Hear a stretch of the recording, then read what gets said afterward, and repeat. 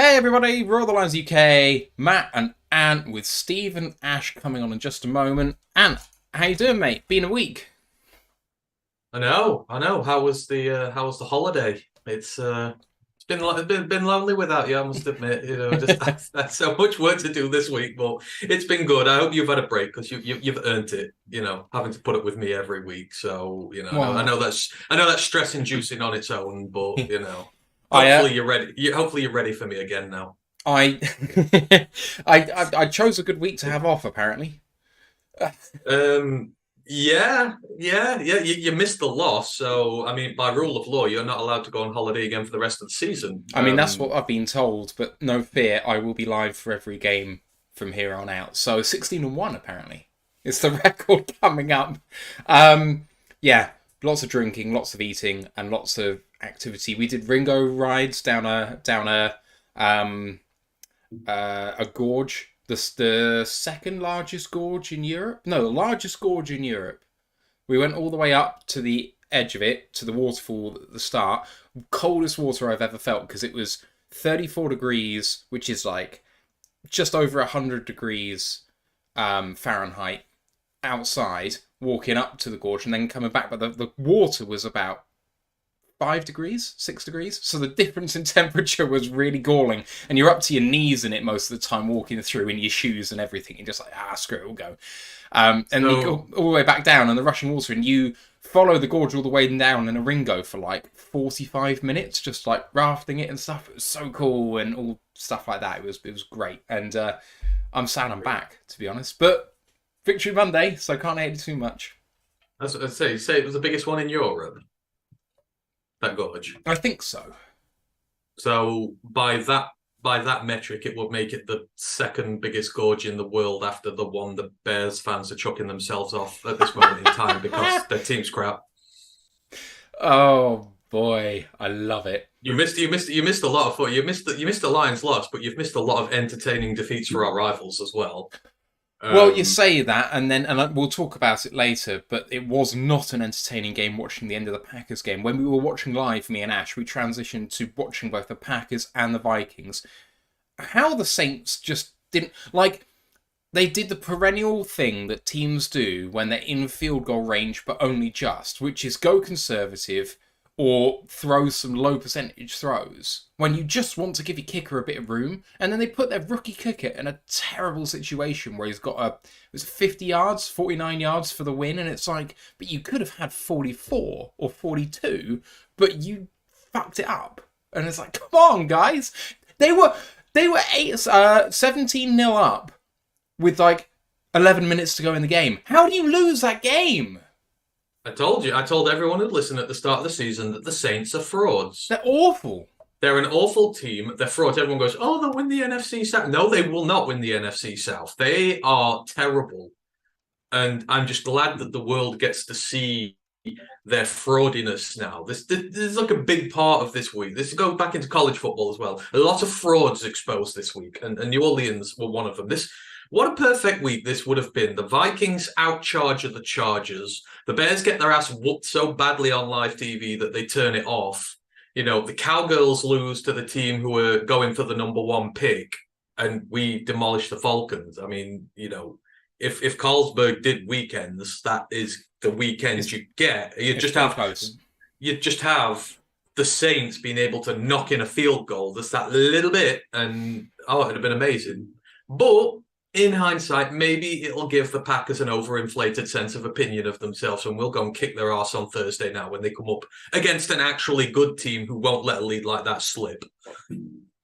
Yeah, and the beautiful thing about this game is that we left so much on the table. So many long drives that didn't end in points. We So, have all season, yeah. and for me, that's more of a concern than anything.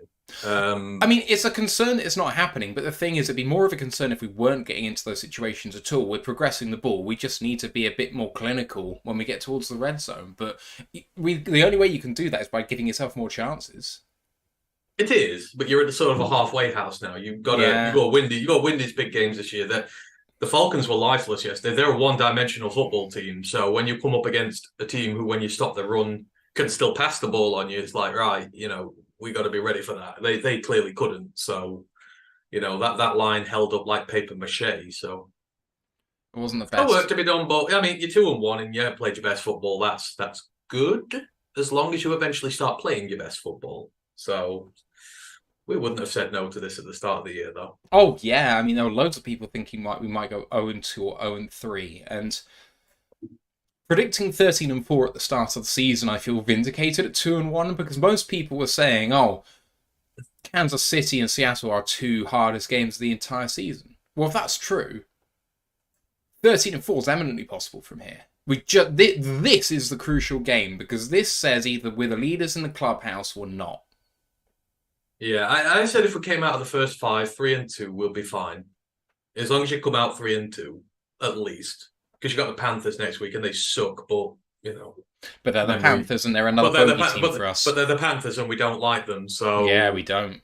So if you can beat the Packers, I don't really care then if we lose to the Panthers because you're coming out of those first 5, 3-2, you're ahead of the sticks. I don't really care. So this is you're right. Win this game against the Packers, and even if it's a reverse the week after, we're ahead on head-to-head records. So yeah, as long as you're above 500, I like to be. Too many years we've fallen, and that was the worry with this game. It's like if you lose to the Falcons and the Packers, you're 1-3. You're just mad. You're too far behind the chains. You've got to start winning way more than you lose. But then at the end of the day, I mean, you'd say, oh, okay, in the Panthers game, but win the Panthers game as well, get to 4-1, and it's like you're pulling away now. So, like the Lions actually tried to do, you need to put the hammer down at that point. And, I mean, man, the defense was so good. We've got Steve coming in now. Obviously, we haven't started the show yet, so if you've got any questions, guys, get them in. All I'll say is it's got to be consistent.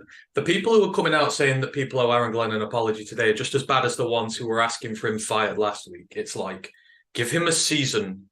You've got to show competitiveness over a season.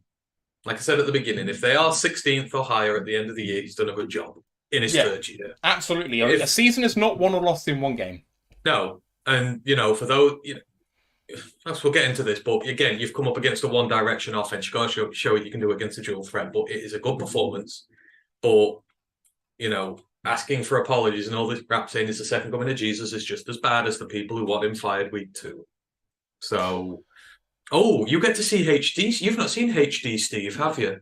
I have. He came on with some halftime comments yesterday. Oh, did he? Yeah. HD Steve you thought he looked good before. He looks even better now. And it sounds better as well. I was just saying to Steve, it was absolutely wonderful to be able to hear his response to questions within about 5 seconds of asking them. HD Steve is where it's at. So I mean, this is Steve in 4K now, if we're honest. Yeah, I know. We're not worthy. We should make people pay for this sort of content. Thanks to everyone who's saying welcome back. Appreciate you guys. I actually had a comment while we were away saying, "Are you all right? I haven't seen you on the show." And I was like, "Okay." Probably a cry for help. Going, get Anthony the hell off the streams, please. It is nuts how much better the camera is though for Steve. Like, yeah. No, he thought he looked great already. He looks even better now. There he is. Mike the Marine saying, "Howdy, Steve, with his high-speed computer." There it is. You are muted, sir. Yes, we're in the 21st century. Here we go. We're in the Twilight Zone. I was. I certainly was. Dr. Aaron and Mr. Glenn. I like that. There's Nomical 45. It's Jekyll and Hyde. That's actually, yeah. It took me a second to garner that, but that was actually quite good.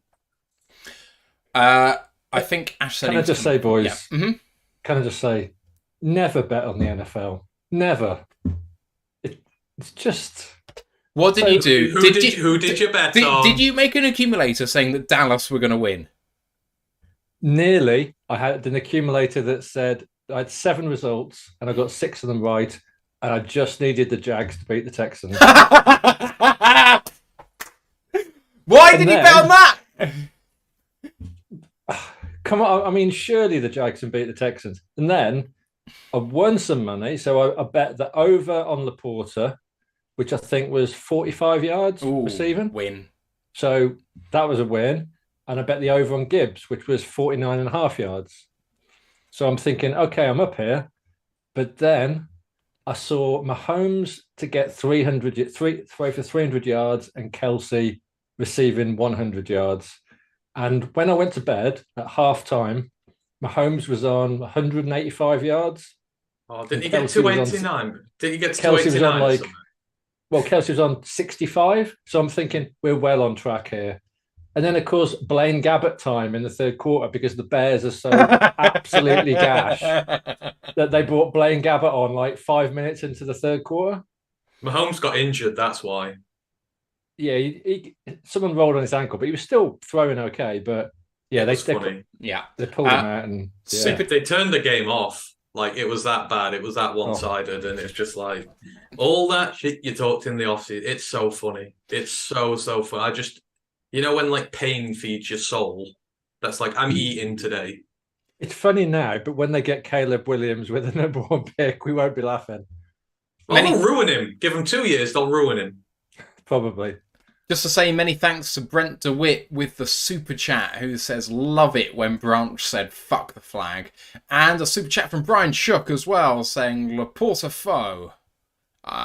We've got a new nickname for Sam Laporta, which was actually in our Discord chat. I can't remember who proposed it. I think it was actually from Twitter, but someone wants to call him Sam the Butcher Laporta, I think, wasn't it?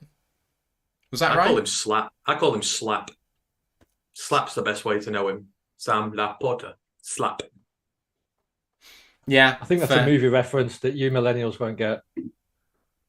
What is Slap? Am I a millennial? But the Butcher? Yeah, wasn't that in Gangs of New York? Well, you're saying I won't get it, but Gangs of New York... Hey, I'm too young for that. Well, I'm not. That came out in 2004. But... but it was an 18th film and you were 12. I was 15, so he's older than me. He was older than that. Yeah, I was 14 when it came out. I still haven't watched it though. You're right. And talking to 12-year-olds, I was 15. I was 15 when it came out, so you're older than me. Am I? Yeah. Well, I still didn't watch it, regardless. Ash is in the chat as well. How you doing, buddy? All right. Totally did not run in, chuck all my stuff on the floor and jump on and close the door, get ready to jump on. All right. Victory Monday. Victory Monday exactly. Live. We've got a gifted sub as well. Mike the Marine coming and gifting 1 tier 1 sub to Cold Phone. We're up to 45 subs, and that's his 6th gifted sub in the channel. Appreciate you, Mike, and welcome, Cold Phone. Nomical says, both of Branch's flags were off, I think. Looks like he had the jersey outside the horse collar zone. Respectfully disagree on the horse collar, and I think that the head-to-head was legit, but both sides were at fault. But it always goes the way of the offensive player in that situation. It just does. And Bijan lowered his head. Yeah, he did. You're right. But I don't... Is there actually a rule for an offensive player leading with the helmet? Yeah. Is there? Yeah. I've never seen it called. I've never seen it called. Yeah, because in most cases, the defender's going lower to make the tackle. So, that's where a lot of it happens. Yeah. Offensively, you don't generally have to do. But there will be times they'll lower the head and try and hit someone out the way with it. The thing is, Branch went into the missile position, lowered the head, and went forward with his helmet first. Like, he didn't try and hit him with the shoulder. He tried to hit him with the helmet. So, I do think it's a legit penalty. Even despite what Bijan did. Fuck them flags. Oh, sometimes you've got to let a player know that he's in for some shit. So yeah. Oh, I don't disagree. Absolutely. Yeah. But my point still stands. It's still a legit penalty. I'm just with Branch saying fuck it as well. Oh yeah, it's a penalty. But sometimes they're acceptable. All I'll say is he's not going to get away with that at Lambeau on Thursday with those refs. Yeah, I mean, no chance. We don't get away with it with refs anywhere. So, may as well have some fun if we're going to get flagged, rather than these like little silly ones. Just go and clean someone the hell out. Best way to do it. Right. We're going to get on with this, I think, because it's going to be more fun actually chatting through the game than it is just chatting, I think. If you've got any questions, at me, at Roll the Lions UK, and I will get it in the show. We've got your title, and because I was very happy with that. That was good stuff. Anything we need to discuss before we go on? No. Really, no. All right, everyone ready? I feel a bit sorry for um, a big country because he's such a nice guy, and he was such a good sport on the preview show. So I do feel slightly bad for him today. He mentioned you. He mentioned you. He loves you. He mentioned you on his review show afterwards. You know, your big chat. That's just what it is. This big chat, Steve. Big Steve's Big Chat. That's his like spin-off show of this one. We can call him Steve BC. Steve Big Chat. Steve Oh, KR, that's what the HC. C stands for. Okay. Yeah. Big low spelt it a different way. Oh, I've missed you guys. Right. Not crying. First thing on here already. Okay. We ready to go? Are you? No. Recording in progress. Welcome to another edition of the Royal Alliance UK podcast, episode 218. A branch is no safe place for a falcon. My name's Matthew Turner, alongside Anne and Ash and Steve. How you doing, boys? Doing really Hi, good. Yeah, good. Perfect Monday. What more can you ask for? It's Monday. It's Victory Monday, boys. As I was just saying in the preview, if only the Bears hadn't have been so utterly rubbish that they ruined one of my bets, I would be very happy. But other than that, it's Victory Monday. We can't complain. As the NFL North writer for NFL Scotland, shame on you for backing the Bears, even to just be moderately shit rather than really shit. Well, Yeah. I backed Mahomes and Kelsey, so I presumed the Bears were going to be really shit, but I didn't realize it was going to be so shit. It was going to be Blaine At Gabbert least- time in the third quarter. At least you didn't bet on the Cowboys. That would have been more embarrassing if you Yeah. feel lost. You know, given that we don't like them and all. Yeah. That's True. And But dirty money. and Dirty money. Ryan had the best tweet in the world after that last night when he says Dobby does Dallas. It was just so good. oh god, It was That it was blows. it was the best tweet in the I spent about 10 minutes sat there laughing at that. I'm just like, that needs to be bigger. That does. That's Who just tweeted that? Ryan. Oh, Ryan was on form yesterday. You know, not did it today, but I saw that and I just absolutely creased. It's like, that's perfect. It's a shame we're not like Cardinals fans. It would have been the perfect title for the yeah, show. true. That would have. true. But still, Steve, you should have known it was trouble when you walked into that bet. I just didn't. I thought they would at least make some sort of game. Oh, I didn't realize it was going to be Ash. such a. It's Ash making Capitulation. Taylor. Yes, if you're he making, is. Kick him out. He's making Taylor Swift references. He was doing it on Twitter yesterday. And all. Look what you made me do. Come on. He gets muted for 10 seconds for that. Yeah. See, it's only in my head because my manager at work on me today, he's a massive Swiftie. I walk into work at 11 o'clock in the morning and he's like, tell me everything you know about the Kansas City Chiefs. Like, he's legit. I think he's going to turn into a fan. He's already a Tampa Bay Rays fan, so sure, I would have thought he'd be a Yeah. Bucs fan, but no, he's a There's Chiefs so fan now. many good jokes in there, though, isn't there? You know, how does Travis Kelce get through an injury? Shakes it Go on. off. Oh. Yeah, buddy. Anyway, shall You're- we crack you're on? bringing- See, I thought my tweet was better, that the Chicago Bears are in such a sad state that even she wouldn't sing about them. Because she sings about miserable things, and the Bears are too miserable. Yeah, they are. They are. Oh, thanks to One Prado Force 27 subscribing at Tier 1 their 6th month, saying Branch is the steal of the NFL draft. No complaints here? No I mean, complaints here. Defensive Laporte. rookie of the I mean, Laporte is probably running him close.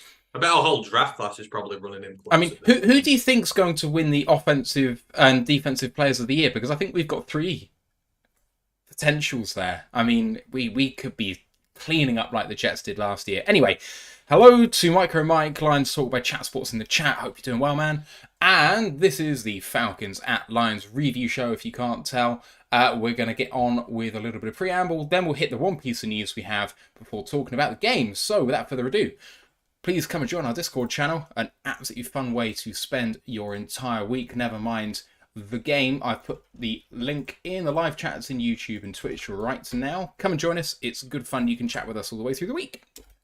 College Football Podcast. And week 4 in review and week 5 coming up. What happened? So for those who don't know, it is the Chinese year of the fraud, and me and Ryan are going to be lighting up all in frauds from this past weekend because there are a lot of them. So yeah, that's what this show is going to be dedicated to.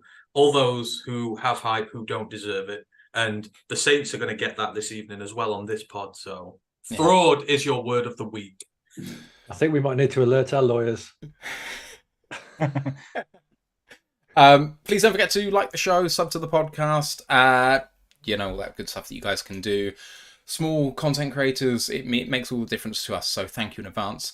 Don't forget as well to join Lions Nation Unite's Herman Moore's project to bring the best of Lions content creators together, and they've got a Facebook group now. It's at facebook.com/Lions Nation Unite. You can find us there as well as Micro and Mike and Dose of Dion and all the good stuff over there, so join them on Facebook.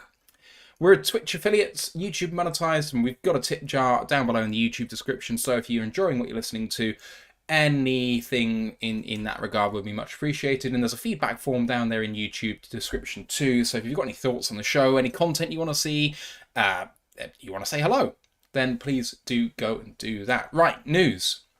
And it pertains to this game, but just to highlight it in particular, Sam Laporta breaks several rookie NFL records. I mean, it's only through 3 games. All of them are about the first 3 games, but meh. First in history to get 5 catches in his first 3 games at the tight end position. Most receptions at the tight end position in his first 3 games with 18, and second in history for the most receiving yards through his first 3 games with 186. Can't do any more than he is, can he, Sam? I mean, he was an absolute monster yesterday, but that's just continued the hot streak he's been on.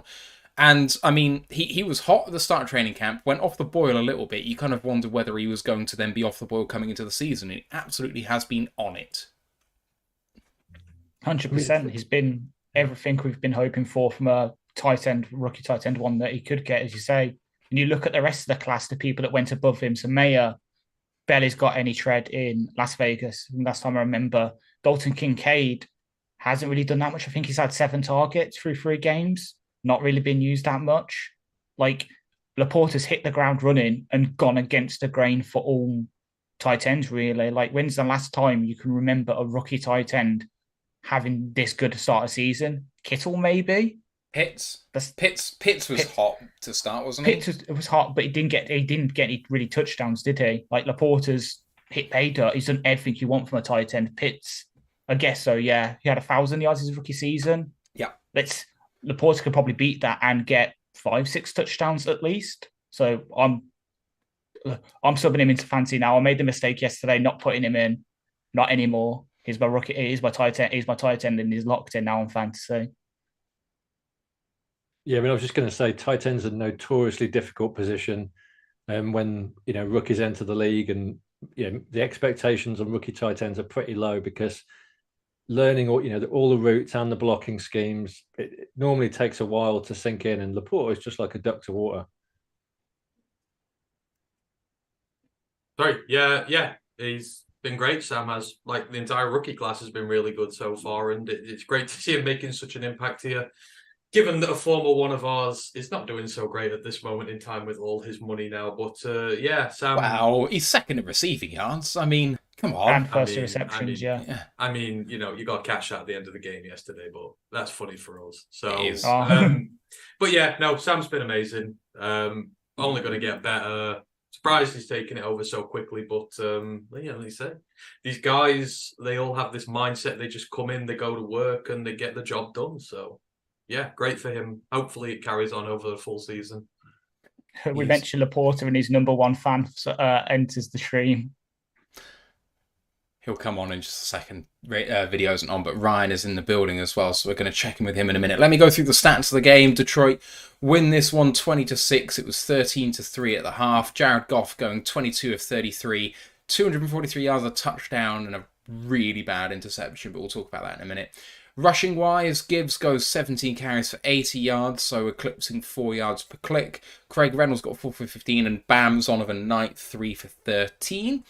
In the receiving game, Amon-Ra, I failed to mention, of course, Jared Goff, 5 carries for 3 yards and a touchdown as well. So there we go. Only rushing touchdown on the day for either team.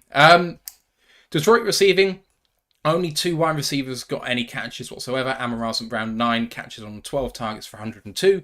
And Khalif Raymond, 4 on 6 for 55. Sam Laporte, the sensation at tight end, 8 on 11 for 84 and a touchdown. And Jahmyr Gibbs got 1 of 2 for 2 yards. Offensively for Atlanta, Ridder, 21 of 38 for 201. No touchdowns or interceptions for him. And on the ground, Bijan Robinson held to only 33 yards on 10 carries. Tyler Algier, 12 yards on 7 carries, is perhaps even more glaring than Bijan's numbers. The total of the team, including a Kyle Pitts loss of 4, was 44 yards on 20 carries, which is pretty abysmal from a run-heavy team. Receiving wise, they were led by Kyle Pitts, 5 on 9 for 41, and then Jonnu Smith, 5 of 8 for 37. Defensively, Ridder lost a fumble to Hutchinson to finish the game late. Otherwise, Brian Branch led the way for the Lions, 11 total tackles, all of them solo, 3 tackles for a loss, and he had quite a few passes defended in there as well. I think it was 3, if my memory serves me. The Lions had in total 7 sacks and 11 tackles for a loss, in an absolutely dominant performance on that side of the ball.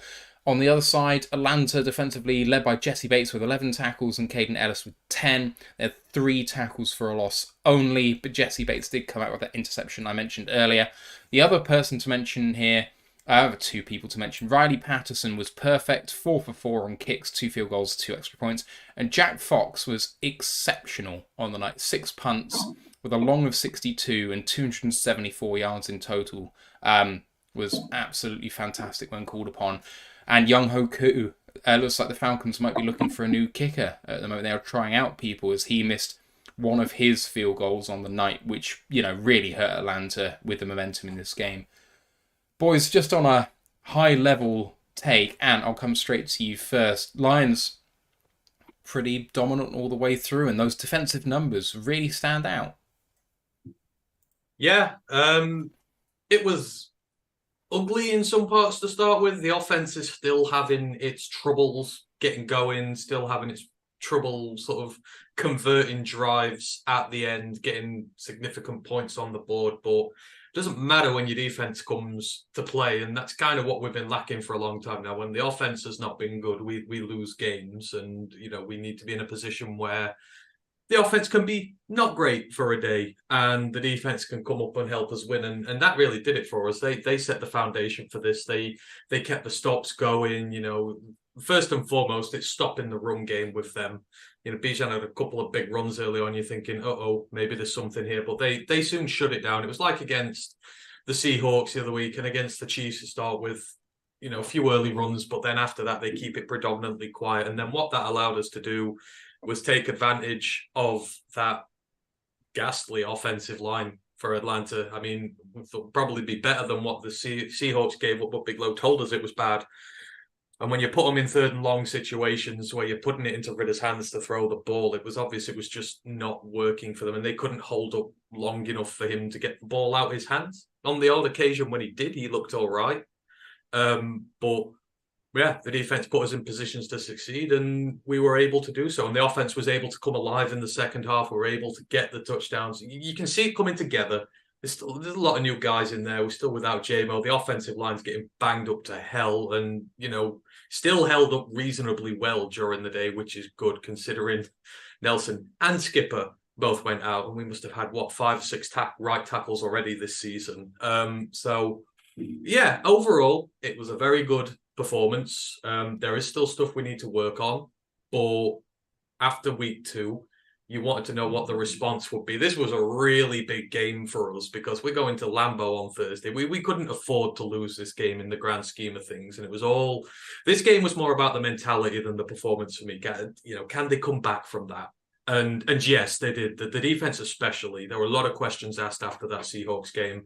And they were magnificent. The pass rush was so much better. The guys in coverage were really good. It just they looked like one solid unit. So I'm happy. Let's get it out of the way. Let's go to Lambeau now, and let's really start to put our best football together. And let's be consistent. let's see the defense go up there again and play really well against the Packers, and the offense get back to where it is. But can't complain overall. Ryan, what do you make of the game? It was a weird one because, as Ant said, more like 75% of that offensive football was terrible. It was so ugly to watch, and honestly, I've scrubbed most of it out of my mind. It was not a very good performance, I don't think, on offense. But the defense dominated and kept them at arm's length for entire full 4 quarters, and I've not seen our defense do that to any opponent for a very long time. So I'm willing to overlook a lot of things that weren't great, but all the things that were, like you say, everything that we were bad last week in suddenly 1 week, miraculously, kind of all came together because we changed a lot of it, and that is what I wanted to see. I didn't need to see us go out there and win 40-0. I had to go out there and see everything that was wrong about last week put right, and that they did that. So I went to bed very happy, 2-1, and we're going to Lambeau now with a good feeling. If we'd have lost this game on Wednesday, I'd be like, I'd be going into Lambeau with like a sinking feeling in my stomach because they're still playing really well. I'd be like, I'm not feeling good about this one. But right now, I feel like we're going into, it's going to be one of the best primetime games of the season. I can just see it now. Hammer and tong, both of us. But yeah, I was fairly content with what I saw yesterday. It was an important win. The performance took a back seat for me. The importance was, let's get the good guys going on defense. Like I said, a much better defensive performance. Offensively, yeah, it's clear to see just how bad the offensive line does affect us. Like I said, Nelson, Skipper, even Glasgow, the right side of that line was pretty atrocious, to be honest. And they hung out Gibbs to dry nearly all day. Nearly got killed multiple times. Steve, I was talking to Ash just before our live show, and I was kind of saying, oh, I'm not sure about this, because, I didn't buy into Seattle being a good team, and then we go and lose that game, and we didn't play particularly well, and it feels like the momentum could slip from us fairly quickly, and as Ryan said, kind of about face in this game, and we've kind of turned that momentum back very much in the upward trajectory. Yeah, I'm kind of really conflicted about this game because, as Ryan said, a lot of it was absolutely pish, and it won't stay in the memory very long. But this is a week where we've seen the Cardinals beat the Cowboys, Jags lose to the Texans. So getting a win in the NFL is not an easy thing, and so I think I should feel happier than I do. My worry is I think we need to play better than this. Otherwise, we're going to get beaten at Lambeau on Thursday. I really do. I think there was still a lot to clean up. And some of that is, is stuff that's happened, i.e. like injuries and, the right tackle situation. Because not only, with Skipper out and Matt Nelson out, it was kind of a bit chaotic, but also it was clearly having an effect on Saul because I thought Saul had probably one of his worst games, gave up a couple of penalties. There was that Calais Campbell was handling him really well. Yeah, there was that period in the third quarter where Calais Campbell was like doing some damage. And I think that's kind of what led to the Goff interception. But I think there's also like a bit of overreaction about how good the defense was. Like the defense was a lot better. But let's remember what we're playing up against. And, I would say the positives for me were Cam Sutton, gave up one catch against Drake London and then shut him down. And Iffy, who I kind of said on the preview show, oh Christ, I'm not sure what Iffy's going to bring to the game. And he had a great game. And then obviously Brian Branch, just absolute standout. But, I read on Pride of Detroit, they were saying, comeback game for Jerry Jacobs. I thought he was still a weakling. Like he gave up a couple of terrible penalties early on and he was smoked by Jonnu Smith. So for me, that's a real concern because I think outside Sutton, if we're playing, say, the Packers and they've got Christian Watson and Romeo Dobbs, then Jacobs is going to be exposed again, and that does concern me. And I think on offense, there was some positives, but I think that they've still not sorted the run game out with the tackle situation. And yeah, I mean, Gibbs has run up the middle far too many times. And then in the third and fourth quarter, they started pitching it out wide to Gibbs. And guess what? He found some yards. And yeah, Laporta, what more can I say? So for me, some real positives, but also some big question marks and some kind of like nagging doubt still in certain areas. Ash, what are your high-level takes now? You've had some time to digest it. I know we were on the live show together and we were pretty animated all the way through. And I think maybe it was just me. I felt that we were both fairly high on both sides of the ball. But have you kind of come down to earth a little bit? A tiny bit, just looking back at it and thinking about some stuff, especially like I remember saying the runs on second down, stop it. After the first half, there was a load of like second down and 8 runs that weren't really getting anywhere inside. But for me, the high level take is, and I will say this, I will preface it that it is a good thing. This was very much like a game last season where we would Jekyll and Hyde. One week the offense would show out, but the defense would not be able to stop anything. Like last week, this week it was defense was there, but there was no offense. But the good thing about it is we still managed to win. We played poorly on one side of the ball, but for overall, we still won the game. We have learned from last year where we had those situations and had that, as Ant said, had that mentality now to still grind out that win. Like the defense played so well, like historically well for us. Like the last time we held an opponent to 6 or less points was week 17 of the 2018 season, where we held Green Bay, admittedly in Aaron Rodgers' Green Bay, to 31-0. Before that, it was the Cardinals 17-3 a couple of weeks earlier at their own place. That 31-0 game had the Prater thrown touchdown. That was yes, a gorgeous it did, yeah. game. Oh, yes, I love that. Right. So it's been ages. So that's what I'm saying. Like Jekyll and Hyde, but we still managed to win. So just offense can now look at that tape, hopefully improve some stuff. Hopefully we get Taylor back, which will just hopefully, I won't say fix all our problems, but that will help a lot of our problems. Yeah, would be a massive impact if he can come back. Right, let's take this on a drive-by-drive basis and just chronologically get through this thing, and it's going to be a fun one. I watched the game back about an hour and a half ago just to prep for this. It was still pretty fun, I'm not going to lie to you, despite the lack of heroics on offense. Very first kickoff, and the tone was set by a massive tackle by Jalen Wismabin on the opening kickoff, putting him behind the line to start. Atlanta's first drive, they come out with lots of play action, screens and short passes. Alex Anzalone had 2 tackles in that first drive. One was a big hit in open field, and then one to Tyler Algier short of the line to gain, and they end up punting it away on 4th and 1. People want to throw stuff at Alex Anzalone all the time, and sometimes I get it, and then sometimes I think, yeah, but he does that. So that was the end of their first drive after they punt. The Lions, they go 3 and out straight away as well. Run play on 2nd and 10 seemed to be a theme through this game for the Lions yet again, and it still didn't work. Goff on 3rd down on a short throw to Laporta, who can't convert. So they end up punting away as well. Atlanta on their second drive.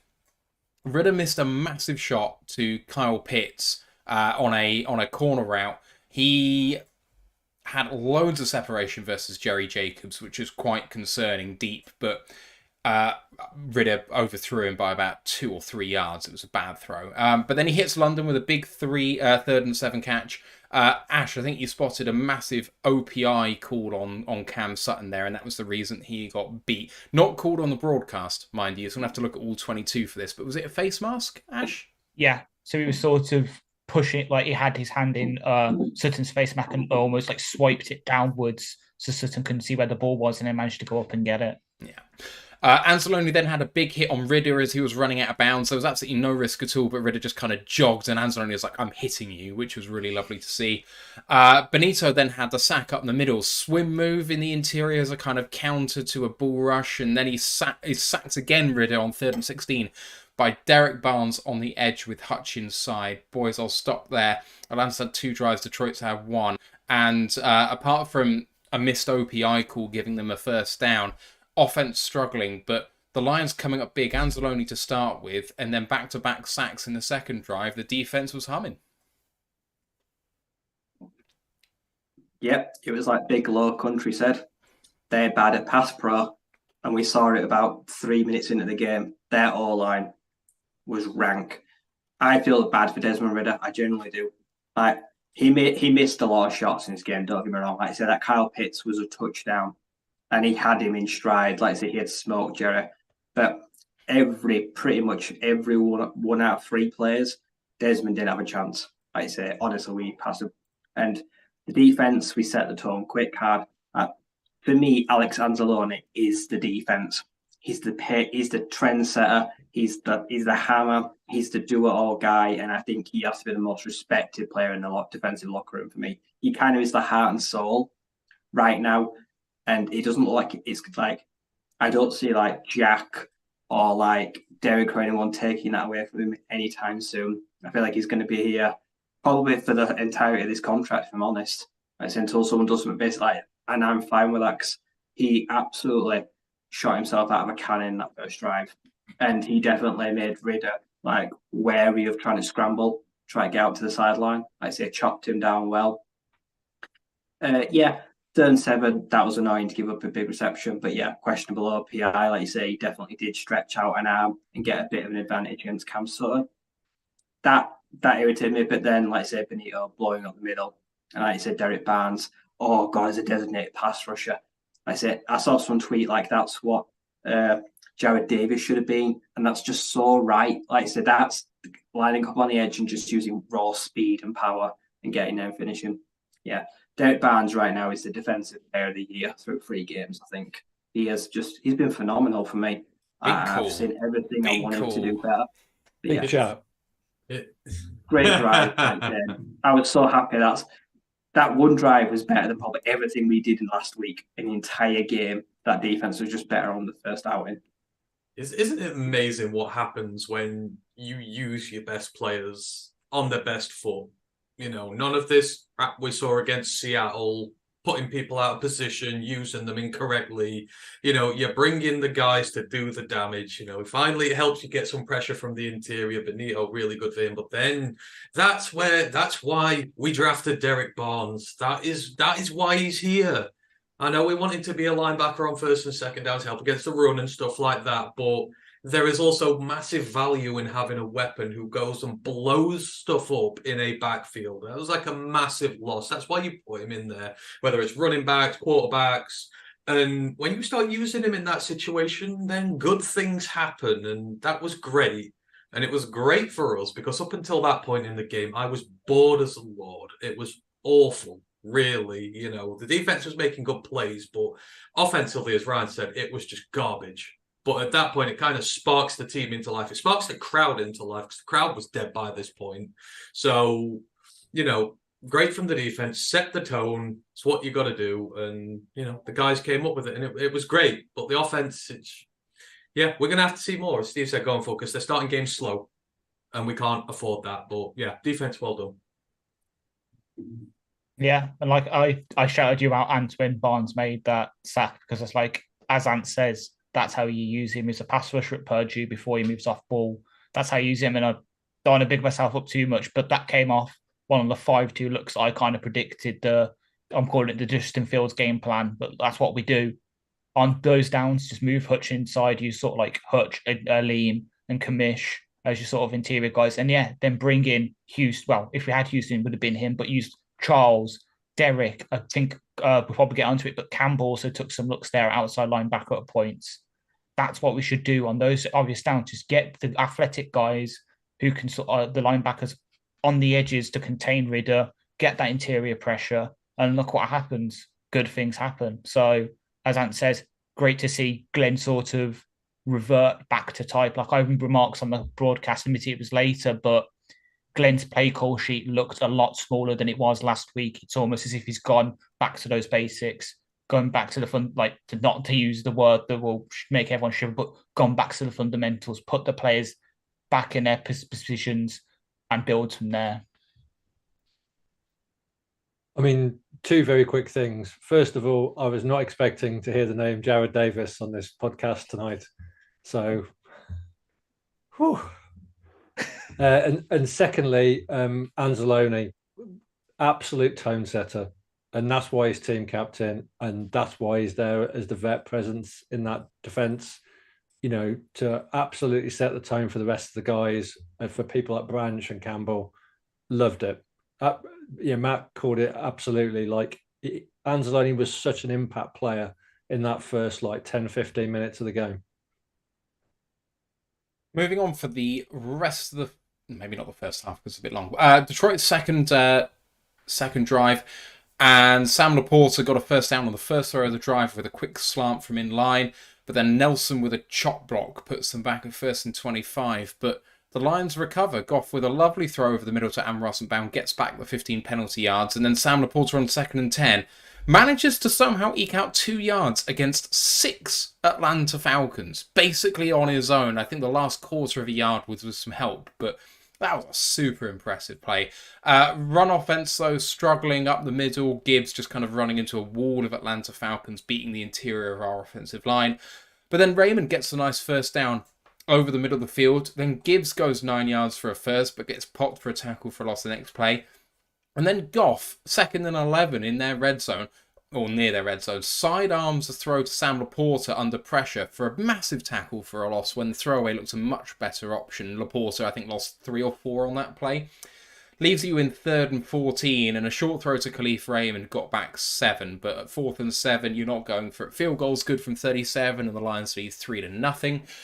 And Atlanta, they try to hit back in their 3rd drive. Bijan, his first carry for the game came in the 3rd drive. Know your identity, for God's sake. And they went for 11. He bounced off Malcolm Rodriguez like he wasn't there to get that 11 yards. And then Pitts on a slant for a first down. Looked like they were getting in really good rhythm. But that got abated somewhat with a tackle for a loss by Branch on a toss play. Read it like an absolute treat. But Ridder came straight back to Pitts over the middle for another first down. Play action pass into Jonnu Smith, beating Jerry Jacobs, who was giving him about 5 or 6 yards of separation. Well, he wasn't giving him separation, he was giving 5 or 6 yards of room about 20 yards down the field. Didn't make any sense to me at all. And then Alim with a nice bump on Algier behind the line before it was kind of cleaned up by everyone else for a tackle for a loss. Ifeatu Melifonwu then sniffed out a play action screen pass to hit him behind the line. That was great. And a pass defense by Branch, his first of the game. 48-yard field goal was good by Koo for 3 apiece. Let's do one more. Detroit's 3rd possession. Goff with a deep play action pass, but missed Raymond. I mean, if you told me it was the pass that Ridder missed for Pitts earlier in the game, I mean, it was basically a carbon copy of the same throw, just overthrew it by 2 or 3 yards. Goff himself in the post show said that was the worst ball he's thrown since he's been a Detroit Lion. I could tell him he was wrong, but, never mind. Never mind. And then 3rd and 8 to Amon Ross and Brown. Easy completion for a first down, just not there at all. And that was because there was a pick play involved. Josh Reynolds was running his route, but did hit someone. But the flag was picked up by the referees after discussion, which came as a surprise, especially to me and Ash on the live show. And then Goff with a play action naked bootleg to Sam Laporta for a huge 45-yard touchdown. If it looks similar to a touchdown you've seen before, it's exactly the same play that Khalif Raymond ran against the Packers in Week 18, apart from ran from the tight end position. Running to the left-hand post, double move to the right-hand post, had about 10 or 15 yards to himself. Goff just chucks it up there. It took an age to come down by Sam Laporta's own acceptance. He said he couldn't wait for it to get down and just hung up there for ages. PAT was good and a 10-3 lead. Boys, Detroit get on the board with a field goal, although the drive stalled out because, we had a tackle for a loss and then Goff with that weird throw to Sam Laporta behind the sticks. But they got out of danger there with Matt Nelson's chop block putting it behind the sticks, and they still managed to convert from there. Got up 3-0. Gave up 3-3 with, Jerry kind of giving too much away and Pitts kind of coming into the game. And then Goff goes and does that. It shows how explosive we can be. Ends up 10-3 about halfway through the first half. I'll come to Ash first on this. What do you make of those that period of play? As you said, well, remember us discussing that ill-advised throw. If Goff just threw it away, we would have been in a lot better position and maybe we could have scored. But at the same time, it kind of worked. We got ourselves in field goal position, and Campbell learned from last week. Instead of going for it on a 4th and 7 in their sort of area, just take the points. Because sometimes I know the analytics might say go for it, it gives you a better win percentage miss. But sometimes, you just need the points. Just give yourself a foundation to build off. And then, the second Branch coming alive on that 3rd drive for Atlanta, starting his really, really good day. So good, obviously, he's the title. But just I think he's like one of the first DBs to have 10 tackles, 3 TFLs, and 2 pass breakups for at least for us, it's since 2015 with Sean Mathis. In the NFL, it's been a long time, a couple of years since someone's done that. So amazing to see our rookie just continue his campaign for defensive rookie of the year. Like, if we had to vote right now, he's not even trying to be biased. He would be my vote because I can't think of any defensive rookie that's had his kind of impact for a team. And on our 3rd drive, the OPI, Reynolds was just it was a pick play, but he was just running from a bunch. It's not kind of his fault that the corners took a second to communicate who's taking who, so he ran into the corner. And then the Goff touchdown. Pretty much carbon copy of the Raymond one. It was a flip of the pass that Goff tried to Raymond earlier that drive, kind of similar. It's also the same play that was used then later by Kyle Shanahan and Mike McDaniel in their games. I saw that earlier. We did it, and then someone in the second half of their games, both the 49ers and Dolphins pull out that same play. So maybe it's not just Ben Johnson taking inspiration from everywhere else for his reputation. He's got such a reputation now where the big name play callers, the guys who were putting down 70 points on Denver, the 49ers who are this elite offense in everyone's mind, are copying plays from us. When's the last time you could say that, where we're the inspiration for these teams that are held in such a high regard while we're obviously in the doldrums by most people? It's amazing to see. Steve, 3 scoring drives in those last 3 that we've just discussed. What did you make of that period of play? Yeah, I think it was important to get a lead, and I think kicking the field goal was the right thing to do. And I mean, it's great to see the confidence to use Laporta in that situation. And I just think, as we were saying during the live broadcast, like TJ who, I mean, Laporta has got so much going for him. And for me, the only really negative at that period of play was like the Jerry Jacobs and Johnny Smith play, which if that had been Jeff Okudah or Aurier last year, the fans would have been going absolutely nuts. But I don't know why, but it just didn't seem to be like raised as a point and lost the post-game coverage. But it was terrible. Like if Johnny Smith had better feet and had able to turn, he just had open field to run into. So that was really concerning. Like I said, particularly with the Packers next week. I was going to say, well, just to jump in, I did see tweets around that point where people were calling for Gilly to be subbed in. So while maybe the media didn't pick up on it, the fans are starting to turn on Jerry, unfortunately, and that, just piling on him at this point. And what did you make of that period of play? It's certainly, the offense started to come out on both sides of the ball, and our defense tightened up when it had to, but our offense started to hum a little bit. I mean, it did, but it's also still making boneheaded plays as well. If Matt Nelson commits 1 penalty against the Packers, I'm going to karate chop him. I'm like fed up with these stupid mistakes he's making. Because you can't afford to put yourself behind the sticks like that. It was a stupid penalty to give away. Don't do it. The offense wasn't going great at the time. And yes, they brought it back, which was great. But again, the drive stalls out. You're getting a field goal.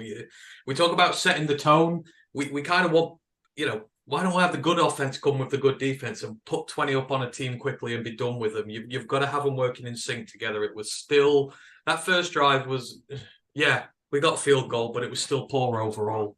I mean, you've got to clear up. You've got to play better football. You've got to play more disciplined football. And, you've got to convert. When you're getting these big plays, you can't immediately then be taking tackles for losses, stalling your drives again, playing it against yourself. So, it's fine, but there's issues with Atlanta. You start running the ball. It took us a little while to adapt to it, but big thing. We stopped them.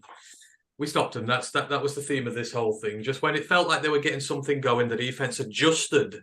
Isn't that a wonderful word that we could use with our defense this week? They adjusted to what the Falcons were doing and what we were seeing with them. And even when they ripped off a big play, usually we see one big play, then another, then another, then another. You saw one big play in this, and then you're like, right.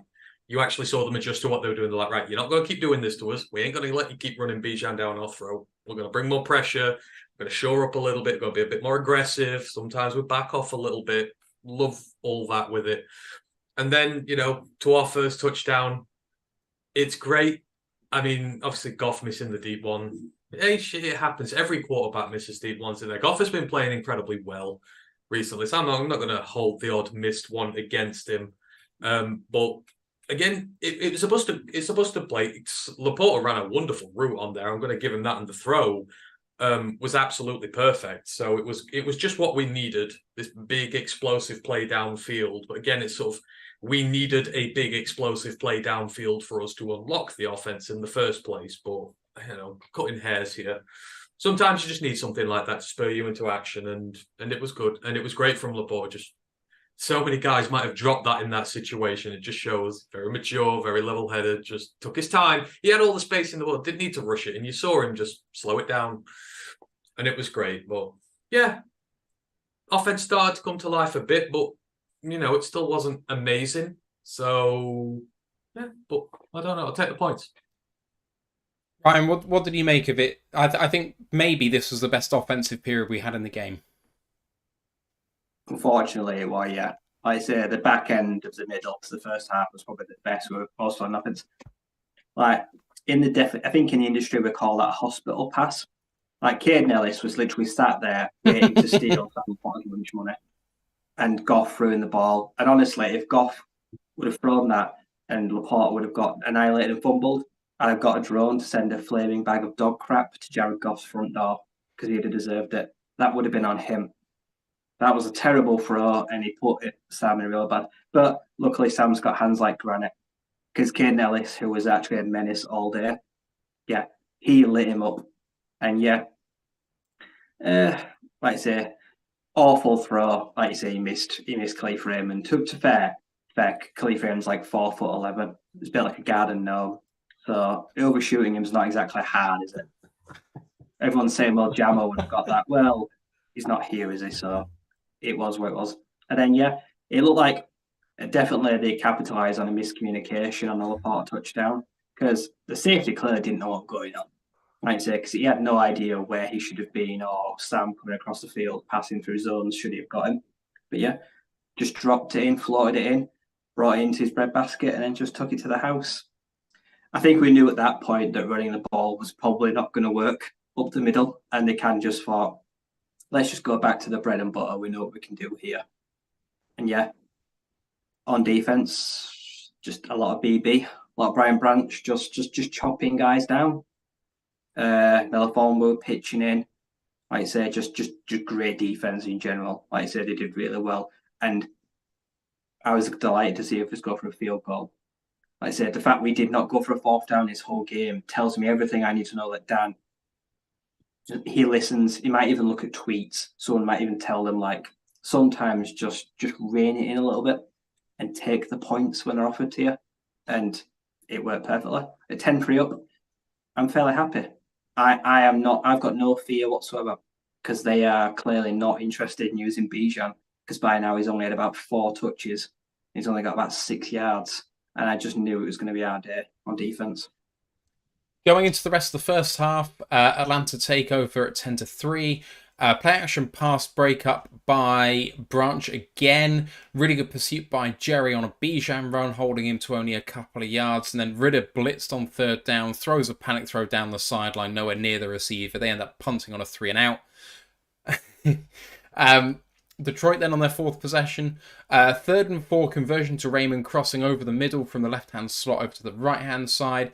Dump tackle then, as Ryan was mentioning, by Caden Ellis on Sam Laporta. It was a horrible thing to see, but thank God he held on. Goff then slant to Amon-Ra St. Brown for a first down. Knight went for 8 to the 32-yard line. I think that was his first carry as a Detroit Lion. Goff then a play action pass to Khalif Raymond for 22 down to the 10s. This is a third time in four possessions that Detroit are making a big drive to start off. Goff play action pass scrambles past Bud Dupree, gets 2 on a stumble. Looked like he could have maybe waltzed in if he kept his feet, but never mind. No gain on a Gibbs run then. Running on 2nd and goal from the 8. What are you doing? 3rd and goal from the 8. Goff has all day to throw. Fantastic protection in the red zone. He's got no one open. Throws it away over the back of the end zone. But illegal touching gives them a new set of downs. So, back to 1st and goal. But they run another 3 plays. Still can't get in. Holding by Saul puts them back. They get some of the yards back. But then Goff throws too low at the sticks at the end zone. And the field goal was good from 24 yards, making it 13-3. But 3 trips deep and a touchdown and 2 field goals felt like we were a little bit light there, unfortunately. 2 minutes to go now at this point. Atlanta in the 2-minute drill. Ridder's sacks by McNeil had great interim pressure and he kind of just slipped and McNeil touched him down. On 2nd and 18, Hutch had a good short tackle on Bijan on a draw. And then on 3rd and 14, screen pass went incomplete. On the punt, Will Harris had to get on the stat sheet. Unfortunately, it was a hold to put us back a bit further. Detroit then, 52 seconds left on the clock.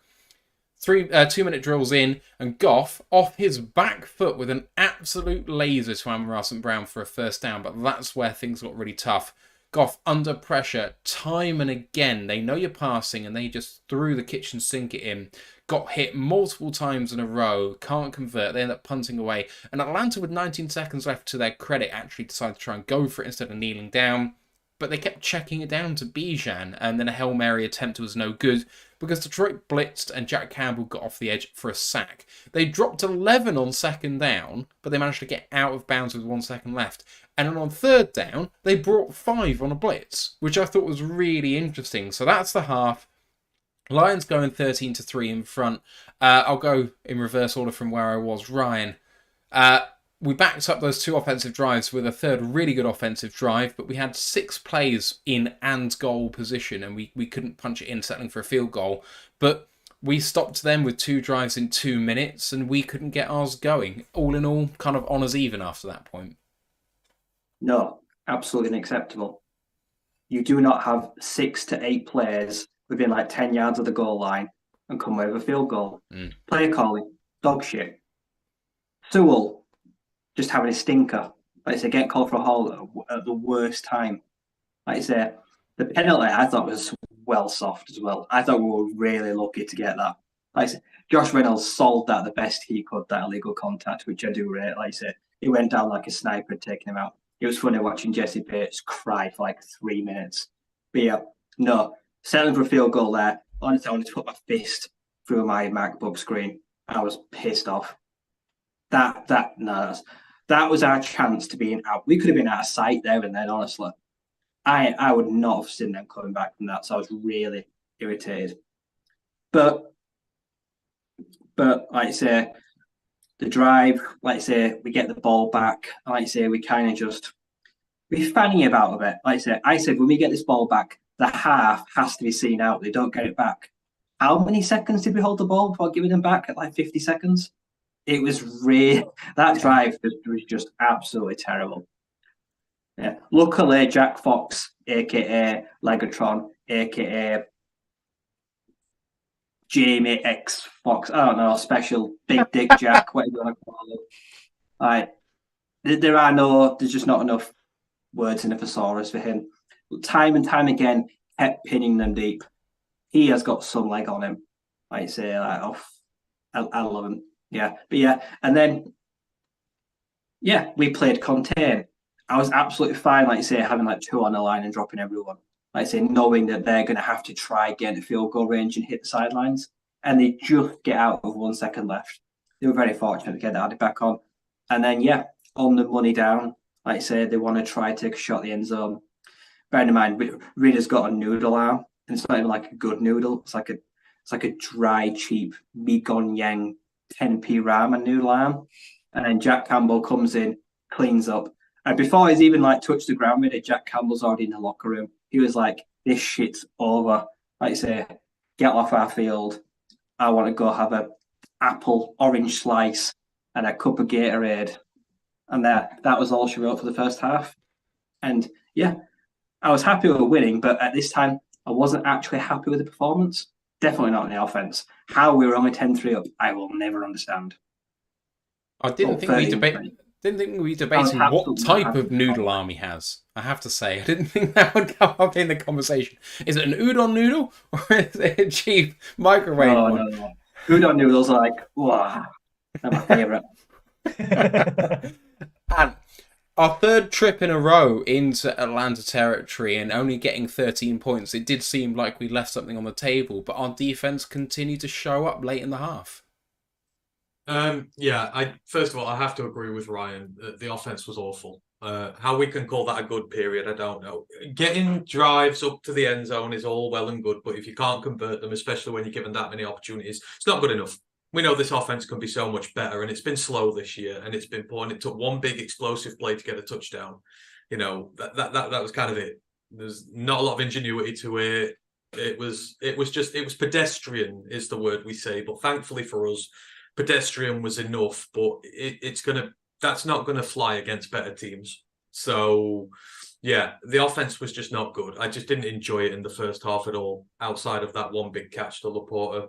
Defense, though, just amazing. You know, sort of every time they were required, they just made big plays. The Falcons, I thought, were a bit silly. They tried to throw it a bit too much, especially when you're doing it on first down. Don't do that.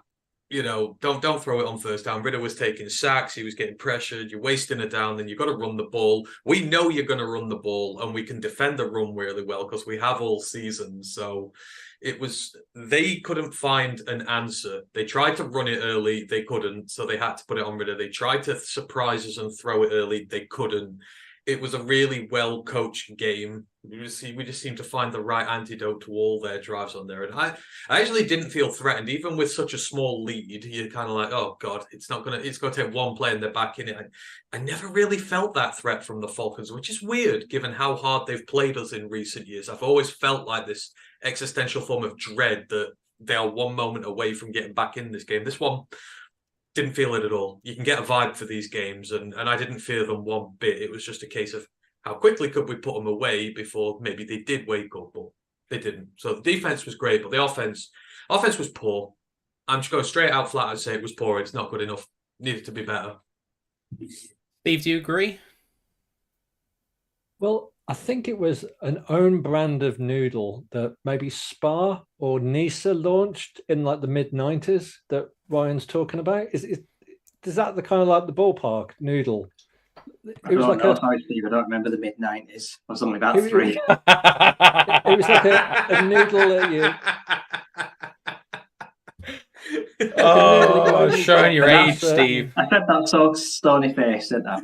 No, that's what I was referring to. Look at that. Like when you go to like Aldi and you get like 10 for like 30p each. Yeah, that was the kind of where it's supposed to be chicken, but it just tastes like sulfuric acid and salt.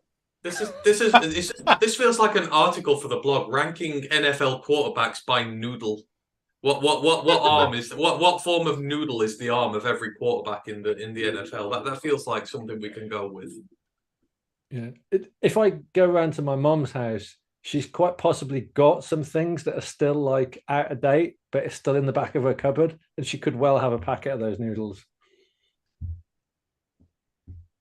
Yeah, so that's all I've got to add. And yeah, I echo Ant's comments on Jack Fox. Like, we do not we do not want it to be the Jack Fox show, but because we're going to get murdered against the Packers if we give them the ball back again at that point so late in the half. Like, I couldn't believe we gave them the ball back for another drive.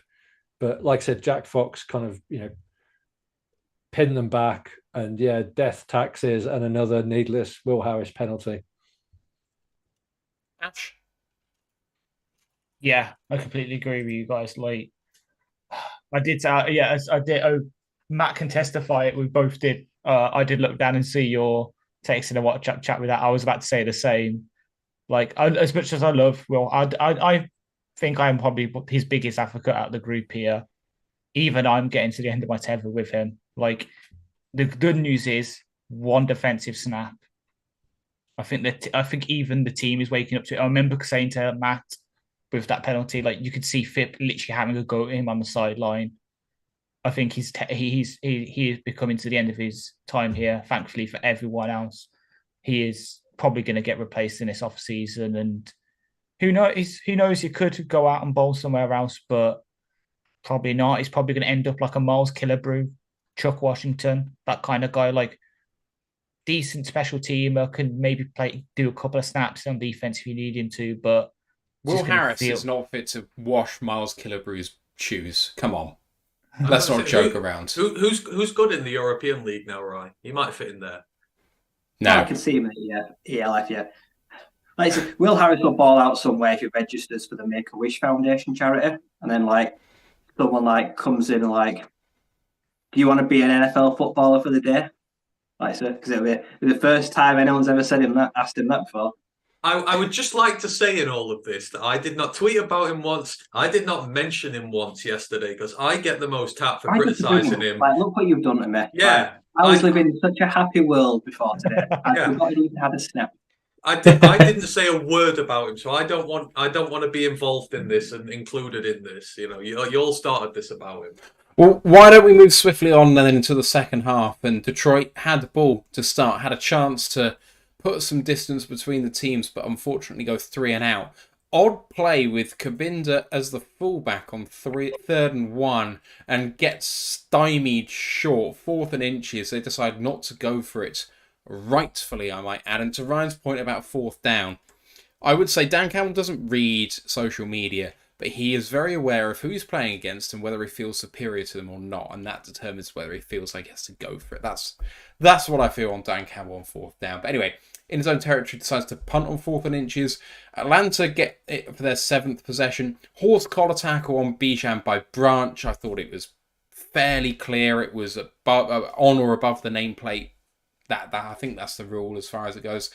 Algier then on a swing pass. Detroit throw a blitz at the left-hand side of the defensive line. And on the right-hand side of the offense, the same side, they threw a swing pass to Algier. He then bounces off an Alex Anzalone tackle and makes like 20-25 yards. Really nice play.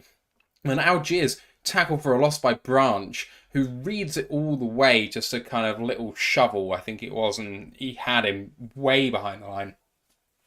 Excellent short tackle then by Alex Anzalone on Kyle Pitts. Really good open field tackle, wrapped him around the ankles, looked very like a rugby tackle. I was impressed. And then Hutch from the other side of the formation chases down Bijan on a run off tackle on the left hand side. The athleticism shown there was superb. That holds them to a 47-yard field goal attempt, which was no good wide left by Young Ho Koo. So Detroit take over on downs in good field position, and on 3rd and 4, a quick throw in the flat to Amon-Ra St. Brown from the backfield for an easy first down. You could see the matchup problem that Atlanta had. They had no chance on that play. Dupree then started having his way. He hit Goff big time, and then a holding penalty sets the Lions back. Should have offset because Amon-Ra caught that ball, but was horse-collared himself, but they didn't call it, which is a real shame. Then Amon-Ra St. Brown on 2nd and 20 drops an easy one from Goff. You could see how pissed off he was that he didn't get that. And on 3rd and 20, a draw play to Gibbs got back 13. He looked like he might go all the way, but was stopped short. 4th and 7, and we punt from the Atlanta 43, which I thought was an interesting decision. But as we've been talking about before, we went pretty conservative in these plays, and we pinned them deep. Atlanta on the 8th possession, Ridder with a scramble and a pump fake does not fool Brian Branch, who takes him down for a short gain. Then Jerry commits another DPI on Kadarrell Hodge, the former Lion. Ridder then over the middle to Jonnu Smith, incomplete. And what a hit it was by Tracy Walker. I mean, he contacted him in the air so hard that I was saying to Ash, I was surprised they didn't call defenseless receiver on that play because that was an earth-shattering hit. And then the very next play, pretty much the same position to Kadarrell Hodge, and Ifeatu Melifonwu hit him hard really well too. So Atlanta end up punting there. Gonna stop there. We've had, I think, 5 possessions I've gone through. There was the horse collar tackle by Branch, but otherwise we've had a penalty for a hold. Amon-Ra St. Brown didn't get the offset. Gibbs on the draw. We punted from the 43 of Atlanta. Then 2 really big pass breakups by us. It was an an interesting passage of play considering there's no score. And we had the Kabinda 3rd and 1 run as well. I could see Ryan visibly upset with that, so I'm coming straight to you. What did you make of that period of play? I didn't want Kabinda even on I didn't have Kabinda on the team. It's like they're just trying to manufacture touches for him. And like I saw that play coming, I was like, oh, this ain't going nowhere. Like that got stuffed up. Like it felt like it was the only play like he was even on the field. Like I didn't even see him on the field until that point. So they were trying to like sneak him in there, like they won't get noticed. I absolutely hated that play call. I said, and it was weird. Everything after that felt like a game of drafts.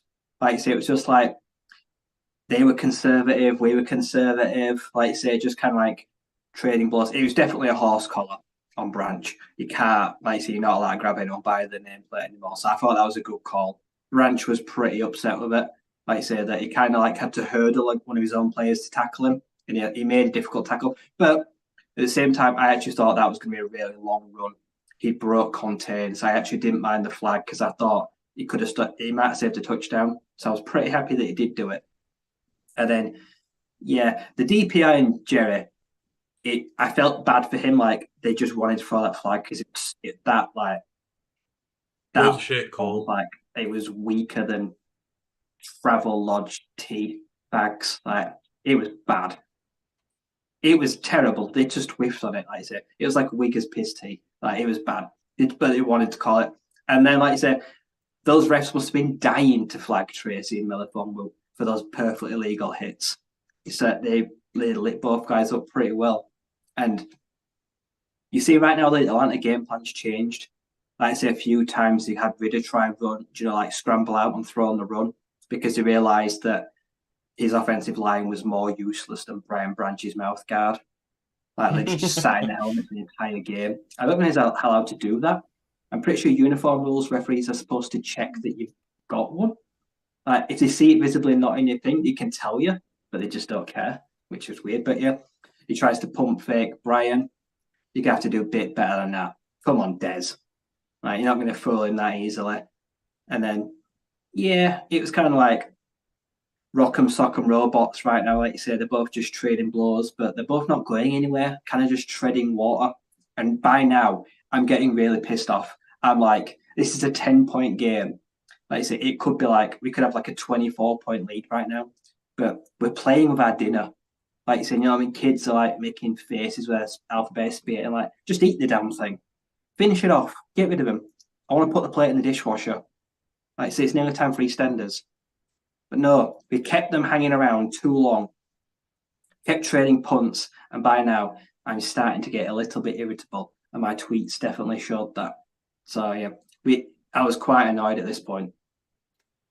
Steve, I'm going to come to you next. What did you make of this period of play? You know, the Kabinda play was potentially egregious, and you know maybe Ryan's right. The horse collar tackle by Branch maybe saved a really big play, and our defense really stepped up during this period. Yeah, it was just a really messy period of play, and just like Ryan, I was getting really frustrated because I was like, you know, we've got to put this game away. Like, this is not a good team we're playing against, and all of a sudden, their pass rush and the pressure they were putting on Goff I'm like, where's this come from? And it was just a concerning time because you were thinking, like, you know, if Ridder starts putting some throws together, we're going to be in trouble here. Just as I never thought I would say the word Jared Davis on this podcast tonight. I didn't think I would want to say the word Kadell Hodge on this podcast tonight as well. And I can't believe we gave up a 15-yard play. I can't think who it was who gave it up, who was on coverage. I think it was Jerry. It was Tracy. I think it was Jerry. Well, I think Tracy Walker made the tackle, but I think it was Jerry on coverage. And again, like, you know, Kadell Hodge should not be picking up 15 yards against us. Like, we remember how bad he was when he had a Lions uniform on. So yeah, it's just a bit frustrating. And again, like my head was already, you know, on Thursday night, this week, thinking we can't play like this at Lambeau in the third and fourth quarter. We just can't. It was subtle. There's a direct correlation between third quarter was Colby Saul still coming in and Bud Dupree and that pass rush hitting Jared Goff. because they were getting by him in Glasgow. Like I say, he held his own and did well, but they did start to pick on him. When Bud Dupree hit Goff on his belly and he didn't get up, I had kittens. I was like, oh God, season's over. Like Goff looks hurt. And he stumbles back up like he's punch drunk. I was like, oof. So say I've looked it up. It was Sutton who gave up the 15-yard to pass to Koch. That was the only target Hodge had on the game as well. Ash, what did you make of this period of play? I completely agree with you guys. Like, I'm trying to look it up now. I swear this was the drive. The first drive out was the one where we were lining up 3 wide, and then you could just see people motioning to the backfield. And I just had my head in my hands, was like, here comes another second down run. I don't know what happened, but yeah, we were with, like I was saying on the broadcast, we need to win this middle eight. If we win the middle eight, we're going to be clear. We did, but oh my God, it was horrible to watch after coming out of the half for me. Like, I did not like it. But then the plays by Tracy and Iffy back to back, I loved it. Like, I don't want to wish injuries on players, but you know it was hard hitting when it happens, and then Smith goes out after the Walker and has to sit out for a bit.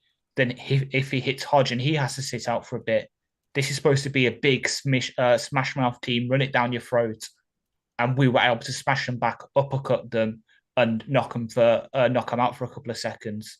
So that was good to see. Again, it's offense just not being able to get out of second gear while the defense is a battering ram to their brick wall. I mean, I kind of feel like I'm just repeating myself at this point all this game. The offense was bad. And, you know, you've got a 3rd and 1 call. You've got goddamn Zonovan Knight, who's a power back. Like, don't be stupid and put your fullback in there. And that is smartest guy in the room stuff. Ben Johnson doesn't need to do that because he is the smartest mind in the room and can just do his job normally. That just smacked off, we're trying to get too cute here. Just put your power back on, run him down the throat, get the yard, don't be cutesy. This is why the offense just annoyed me all game, because there were penalties, you know, stupid boneheaded plays that put us behind the sticks, just mistakes you can't make. And we were just lucky that our defense was just playing the best game it's played in years at the same time. Because at this point, the Falcons should be dead. They should not be in this game. They have no right to be in this game at this point. I mean, their defense played well. I mean, we're saying our offense is bad. We have to give the props to their defense and what they were doing against us. But, you know, we're better than that. We had an injured offense last year and we were still able to be pretty good. And they were just making stupid mistakes that they don't need to. Penalties are you inflicting on yourself. You know, mistakes. It's just, you've got to clean all this up. On the outside, on the defense, though, you can't do no but praise them. Like I say, just everybody came to play. Everybody seemed to have, I mean, I think they probably took it personally last week. You know, when, you know, the Seahawks did run over us a bit. The Seahawks did make a mockery of the secondary and the pass rush. Like I say, everybody was laying hits down. Tracy, Iffy, everyone was leaving that little bit extra oomph into the tackle and making it like, you're not going to mess with us this week. We've had our pants down. They're up now, and you know we're going to do the same to you. So it was just the theme for so much of this game. Defense is great plays coming from all over. You can't fault them one bit. The offense, it's not worrying yet, but it will be if it carries on another couple of weeks, because that's 3 games now where they've been iffy when it comes to execution and to discipline, and these issues need to stop. I'm going to just a quick question. Marvin Jones Jr., 29 snaps, 0 targets. That's like 2 weeks where he's had 0 targets. What the fuck is going on? He's keeping JMO's seat warm, and then I think he'll be gone. Yeah, I think he's going to be aware. He's probably getting cut when James comes back, but for now we're keeping him in because I looked under this, got to put it in when he's a run blocker basically for us now. He's basically what the Falcons wide receivers are for them, except for they can actually catch the ball at this point. It was saying on the broadcast, love Marvin as a person, but unfortunately the production isn't there anymore. It's fell off for him. But to be fair, what do you expect? I think he's the oldest starting wide receiver in the NFL right now. Yeah, he is.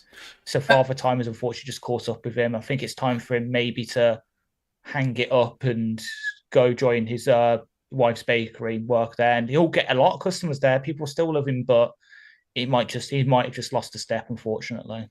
I don't buy any of this at all. And the thing is, I think he will be the one to make way for Jamie when he comes back. That's still 3 weeks away.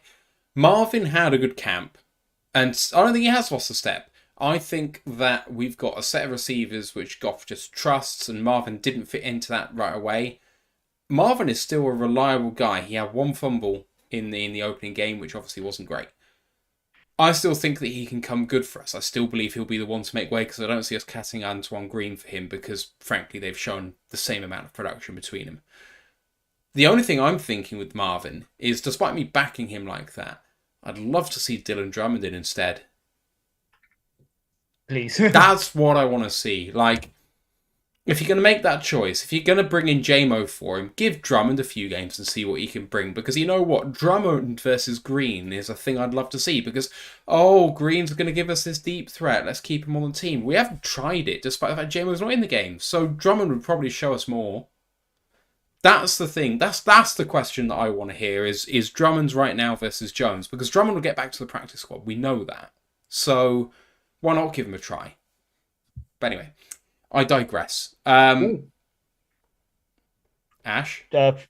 Practice reports just come out for the Packers game. We'll get to it tomorrow. Preview show tomorrow. We'll get there. We're on another subject. Yeah. Right. We've got about 2 more discussions coming for this game, and then we're going to get into themes and a brief discussion on Sunday's games. At this point, just want to say to everyone who's listening in the YouTube and Twitch and on the audio streams, appreciate you guys for checking us out. If you can throw us a like, much appreciated. Any sort of appreciation is much obliged. Right. Detroit's 8th possession, holding on Frank Ragnow to start the drive, 1st and 20.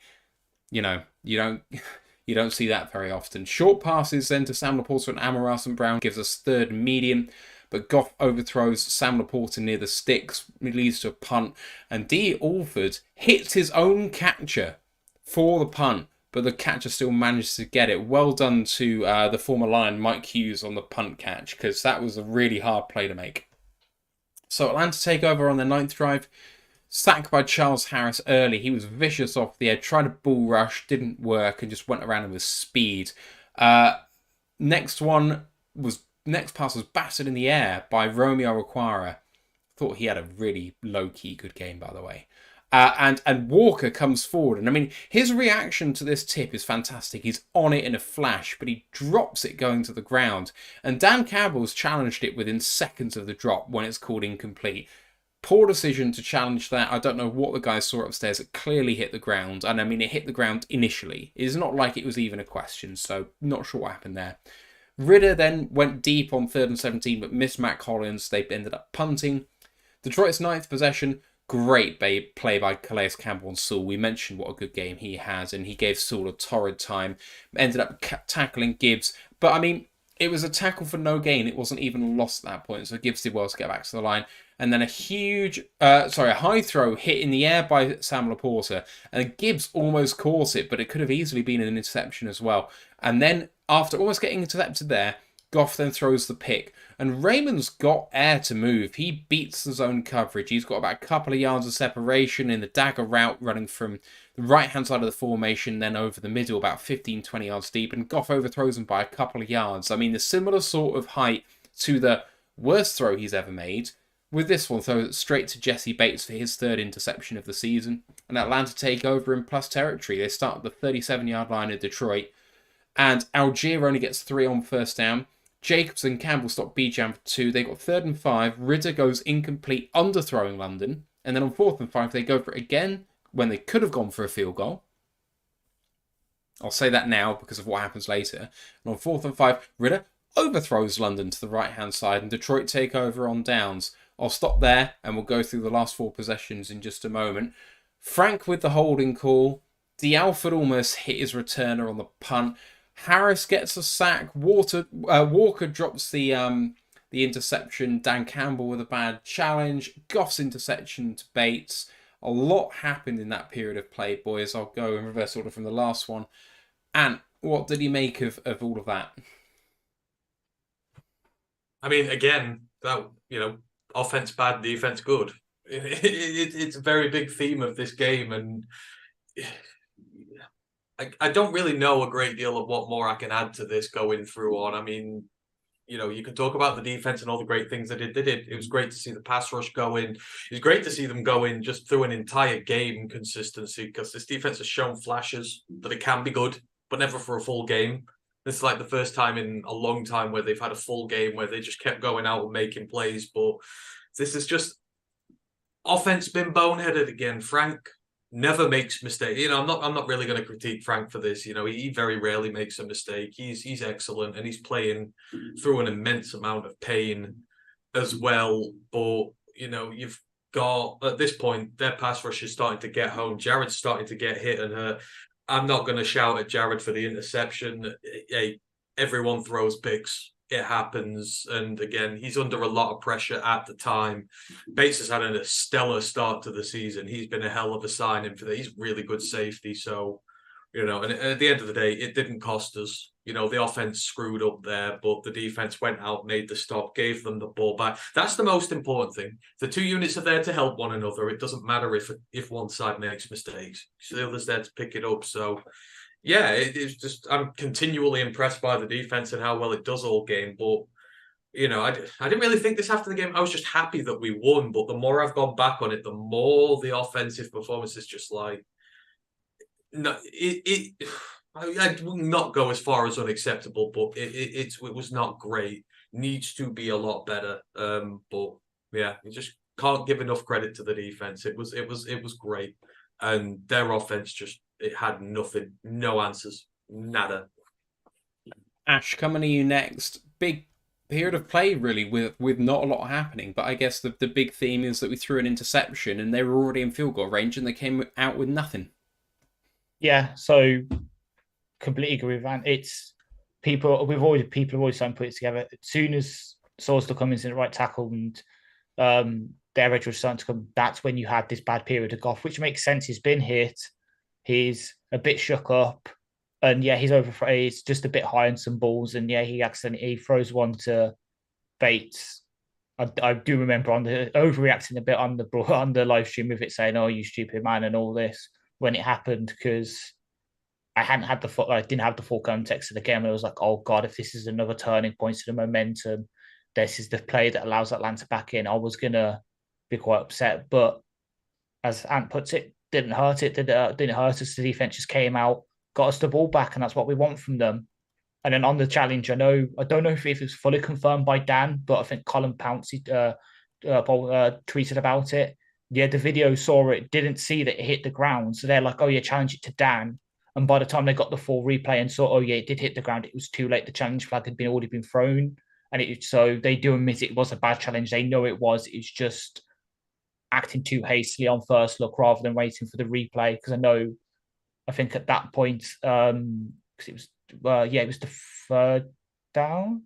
Yeah, so they were lined up quickly on the 3rd and 17 to try and get the ball going because they knew they had to score. That's why it was rushed. It was just get it in now, challenge it, because if it was an interception, that's the game momentum changing play that we were looking for to get the ball back, get the offense in good field position to drive. So yeah, at the time looks bad. It's just bad process, just hurried process because of the circumstances. They don't really hold anything against Campbell for that for the most part. It's just some bad information and it is a quick decision. So again, but yeah, theme again, just offensive line falling apart on that right hand side, forcing Goff to be shook up, but the defense just stepping up when we really needed them to keep the momentum in our half, kind of thing. Steve, defense stepped up big when we needed them. Yeah, absolutely. And I mean, Atlanta just looked like a beaten team at this point, even though there was still nearly like 14 minutes left in the game. They just didn't look like they were going to produce into an offense. And, but then neither did we. And, I was looking for a window of opportunity to make a cup of tea at this point. I was just thinking, this is really bad football all round. And I think when Goff threw the interception, I did go and make a cup of tea. I think I had a biscuit as well. I needed it by then. What kind of biscuit? It was one of those little French ones called Leibniz with the chocolate. Oh, So, yes. yeah. Say French, but then say Leibniz. It's German, isn't it? Or Belgian? Belgian. Yeah. Leibniz. European. Don't say same thing, Steve. Otherwise, you'll upset a lot of people. We have a lot of European Lions fans follow us. It's a very nice European chocolatey biscuit. When And you it said very took my nice mind biscuit, I thought briefly- you were talking about nice biscuits. But never mind. It very briefly took my mind off our O-line. No one likes nice biscuits. I like nice biscuits. Well, no shock there. Ryan, what did you make of this period of play? I mean, we put ourselves in a hole with that Goff throw, and I mean, it was bad, but it's not like he hadn't had another throw like it in this game. And then, they start at the 37 and we hold them. No, we didn't hold them. They were just shit. I can't give the defense credit. They were just an absolute clusterfuck. How they start like the 40 and don't get points, that's all on them. I can't even take credit for our defense for that. Like I say, he misses a wide open Drake London. Like I say, they choose not to take a field goal because, well, they're in panic stations, aren't they? They're thinking we've got to score and we can't leave here without 7 points. And yeah, Ridder by this point, he's just seeing shadows, like I say, and he just kind of messed it around. If they'd have scored in that drive, I would absolutely be laying in at Jared Goff right now for the interception. I would tear him a new one, and I fully admit that. But they didn't, so I'm willing to overlook it. Poor throw. Yeah, I'm not gonna take that away from it. It was a bad throw. I couldn't even tell at the time who was even aiming for because he missed by quite a mile. But it didn't cost us. I breathed a sigh of relief. And by now, I'm just praying for the sweet, tender full time. I'm just waiting for that sigh of relief because both of us look right now like garbage. It was pretty bad right now. Like I said, luckily, like I said, their defense has stepped up. Ours is still holding strong. And both offenses are just out there floundering like those big-headed Wii Sports characters. Do you know what they try to do like tennis and they're just kind of flapping their little imaginary arms? That was both of us right now, I think. So we're just trying to get to full time right now. I think I'm going to write a book of Ryanisms, like what stuff Ryan says on this, but I'm going to write a book about. I'll give you proceeds from it, Ryan. You can have some of the proceeds, but it would make amazing reading. It would. Right, let's get to the end of the game. Got 4 more drives. Detroit's 10th starts with a play action boot. Amon-Ra St. Brown gets away from Grant for 17 down the right-hand sideline, the near sideline. Gibbs then slippery through the middle for 12 and then 8 yards in back-to-back plays. Goff with a play-action pass to Amon-Ra St. Brown for 6. That makes it 3rd and goal from the 2. And Goff with a beautiful zone read for a touchdown. His first rushing touchdown as a Lion. PAT is good. 20-3 Detroit. Atlanta come out for their 11th drive.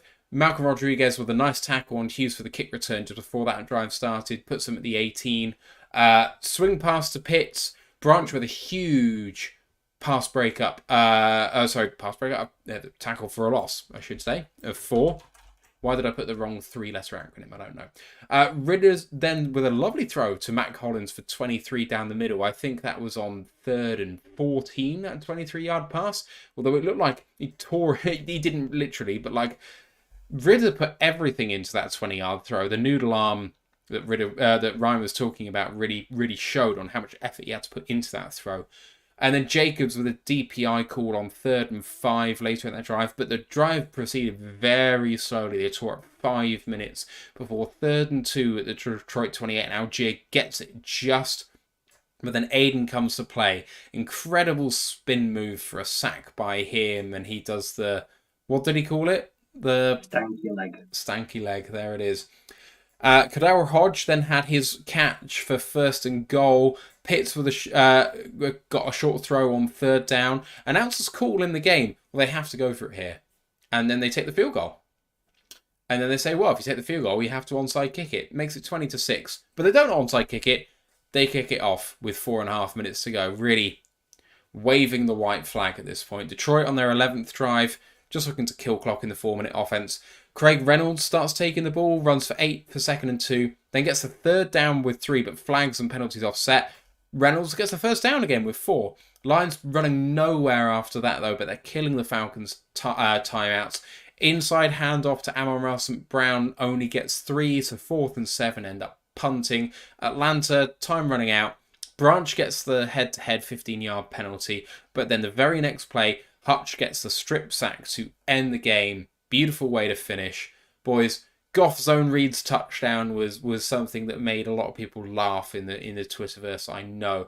Jacobs with another DPI, Aiden with 2 sacks. It was an interesting way to end the game, but the Falcons, I mean, really didn't try at this point, because I mean, my God, go for it for the touchdown, and if you don't, go for the bloody onside kick. I mean, I'm not sure what Arthur Smith is going to do, but if he didn't get crucified internally, I'm not sure what happened. Let's go to the most angry member of the show, Ryan. What did you make of that period of play? Because it felt like the Falcons, I mean, they gave up a long time ago, but this was the first time I think they showed it in their play calling. Yeah, so the Falcons should have kicked a field goal when they went for it. They should have gone for a touchdown when they took a field goal, and they should have gone for an onside kick. And in between that, instead of just checking down for 2 or 3 yards and taking 5 minutes 15 to end up with a field goal, like, that was hilarious. I was just sat here like, these guys are clowning around. Like, this, they're not even that serious. Like, I don't care if they score a touchdown, because they're absolutely just rinsing the clock, playing themselves. And yeah, when we scored, like, I was like, I just breathed the biggest sigh of relief. I was just like, this one's in the bag. Game over. Like, it's like the World War One, where it's like, it's Christmas Day. Let's all put down our guns and just play a big game of football. The war is over. We've won. Everyone's happy. So but yeah, Hutch being Hutch, like you said, by now the Atlanta O-line is they're just praying for the sweet kiss of death. And Hutch was just so happy to oblige. Like I say, he came up big. Like I say, lovely double spin move. He went out the first time, and then went back in again. The sack, that was quite pretty. And then did his little dance. Some great plays. Like I say, Malcolm's setting tone. Like I say, a huge tackle. Jerry, DPI. But by now, I'm just like, I'll come back to that one later. Like I say, by now it's just the game feels like it's definitely just swung in our favour. All the momentum has just been sucked out of them. The crowd has probably realised by now that it's game over. Like I say, we're doing well. Finally, Craig Reynolds is in the game, like the Punisher, the finisher. Like I say, he gets those good carries. Offsetting penalties. Who cares? Because then Craig just goes and does it again. And by now, and then to wrap it all up and put a lovely little bow on it, a nice little Honolulu blue bow and little gift tag. Hutch, sack, forced fumble, another stanky leg. Good night, Vienna. And the Falcons have been plucked. They're just a little spatchcock. Just wings are spread out, and they're just ready for, just feed them to the Lions. Spatchcock was another word on Roar the Lions bingo that you can check off. You spread it out. And we put the finishing touches on this, and Goff finally finished off a drive, and he had to do it himself. And then the Lions defense does its thing again. Yeah, I thought like Twitter was lying when they said it was his first rushing touchdown for us. And I'm like, then I thought about it, I'm like, oh, actually, I can't remember an instance. That must be like the longest the starting quarterback's ever gone without getting a rushing touchdown. Even the bad ones get the occasional one, but good for him. Offense finally woke. I think it was just a case of the Atlanta defense in the end.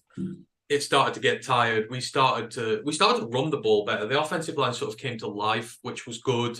You know, we got the drive, we got the cushion that we needed. And then I actually kind of really liked what the defense did at the end. You know, it was 6 or 7 minute drive for the Falcons. In that situation, it would have been easy for Aaron Glenn to go, you know what, let's go in for the kill. Let's send everyone on blitzers. Let's just absolutely overpower them. And in that case, that's when you can get the deep shots downfield and get the big chunk plays and try and get yourself in for it. But what do struggling offenses love most in the NFL games? They love dink and dunk. They love the little completions, feel like they're getting some rhythm going, getting themselves back into the game. Aaron just sat them back a little bit and said, you know what?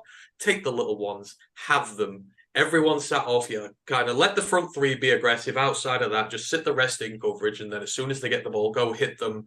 And it worked a treat.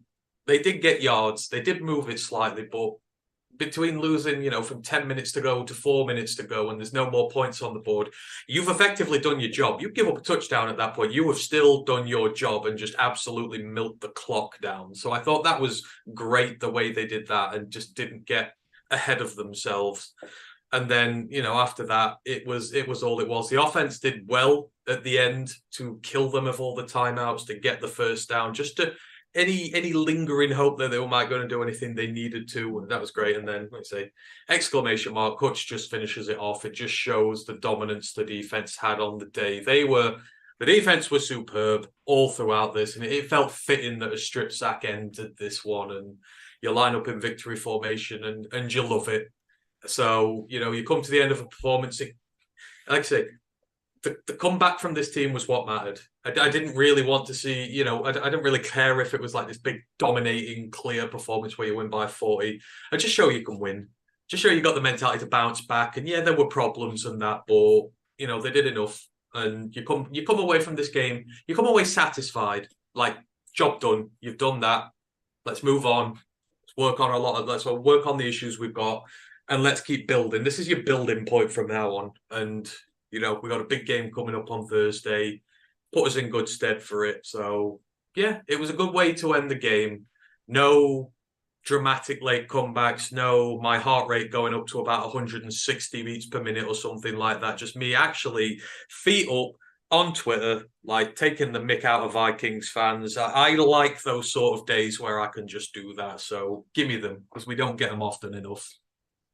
Ash, final thoughts on this game in the chronological order? The Goff zone read, good defense, Aiden coming to life, finally getting his sacks.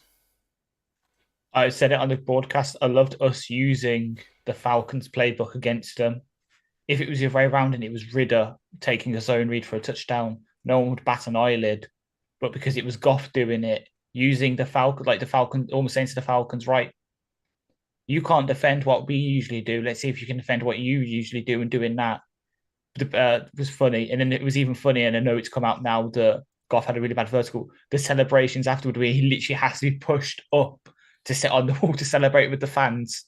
That was just hilarious. And then obviously it comes out, he had like the fourth worst vertical for a quarterback ever at the combine. So it just adds up, just hilarious. But yeah.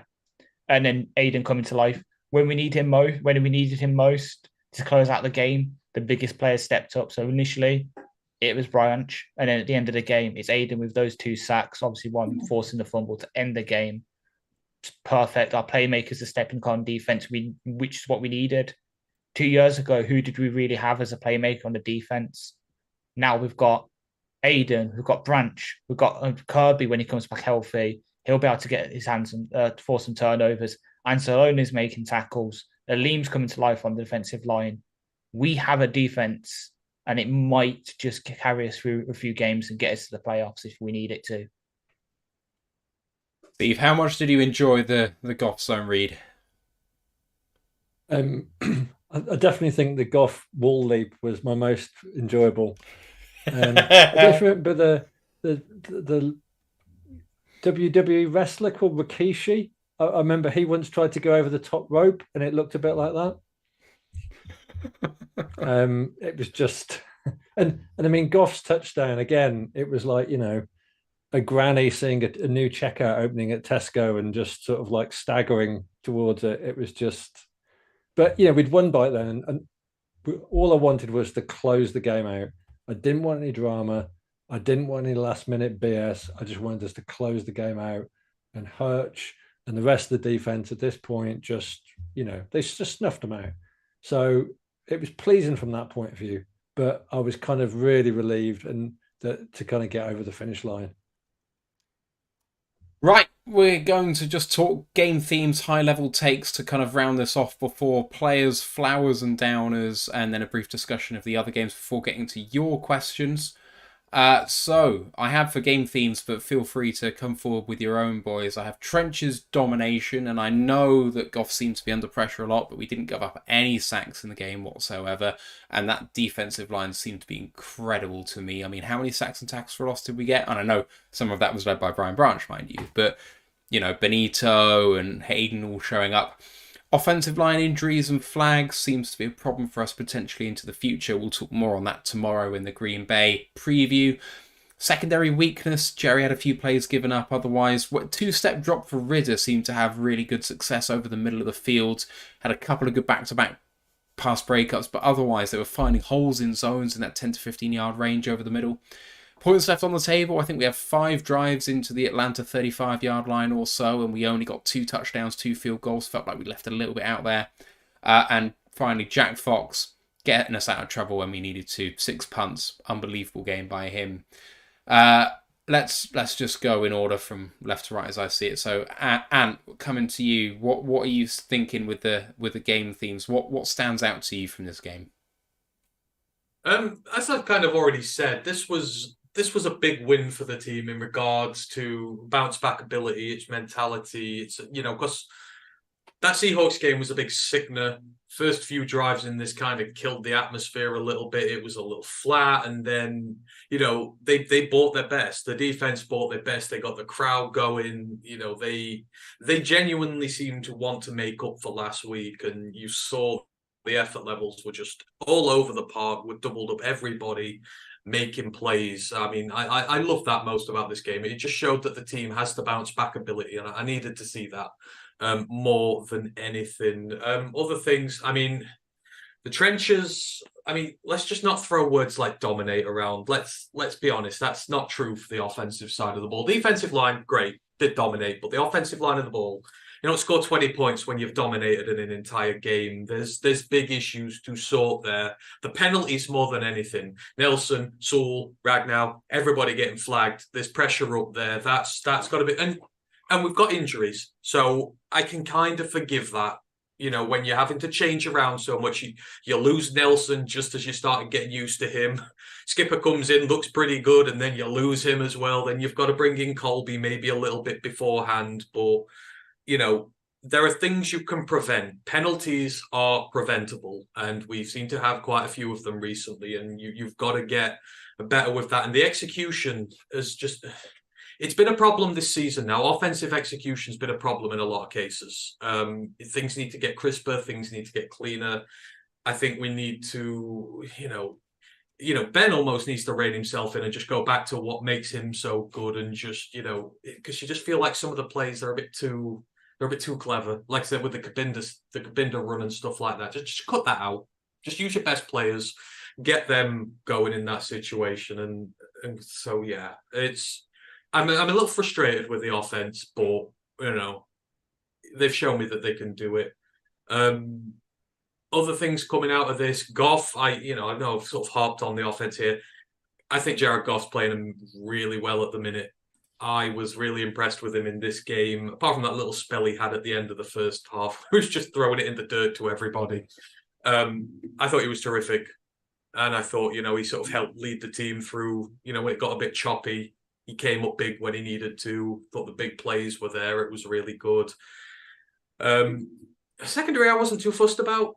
I think it was a lot better than it was against the Seahawks game. I know Jerry's getting a little bit of tap here, but this is the first time in his career we've really sort of had a go at him, where people have got him. This is his 3rd year as an undrafted free agent. The fact that he's in his first slump of bad form right now, I'm a little taken aback by how people are really going at him.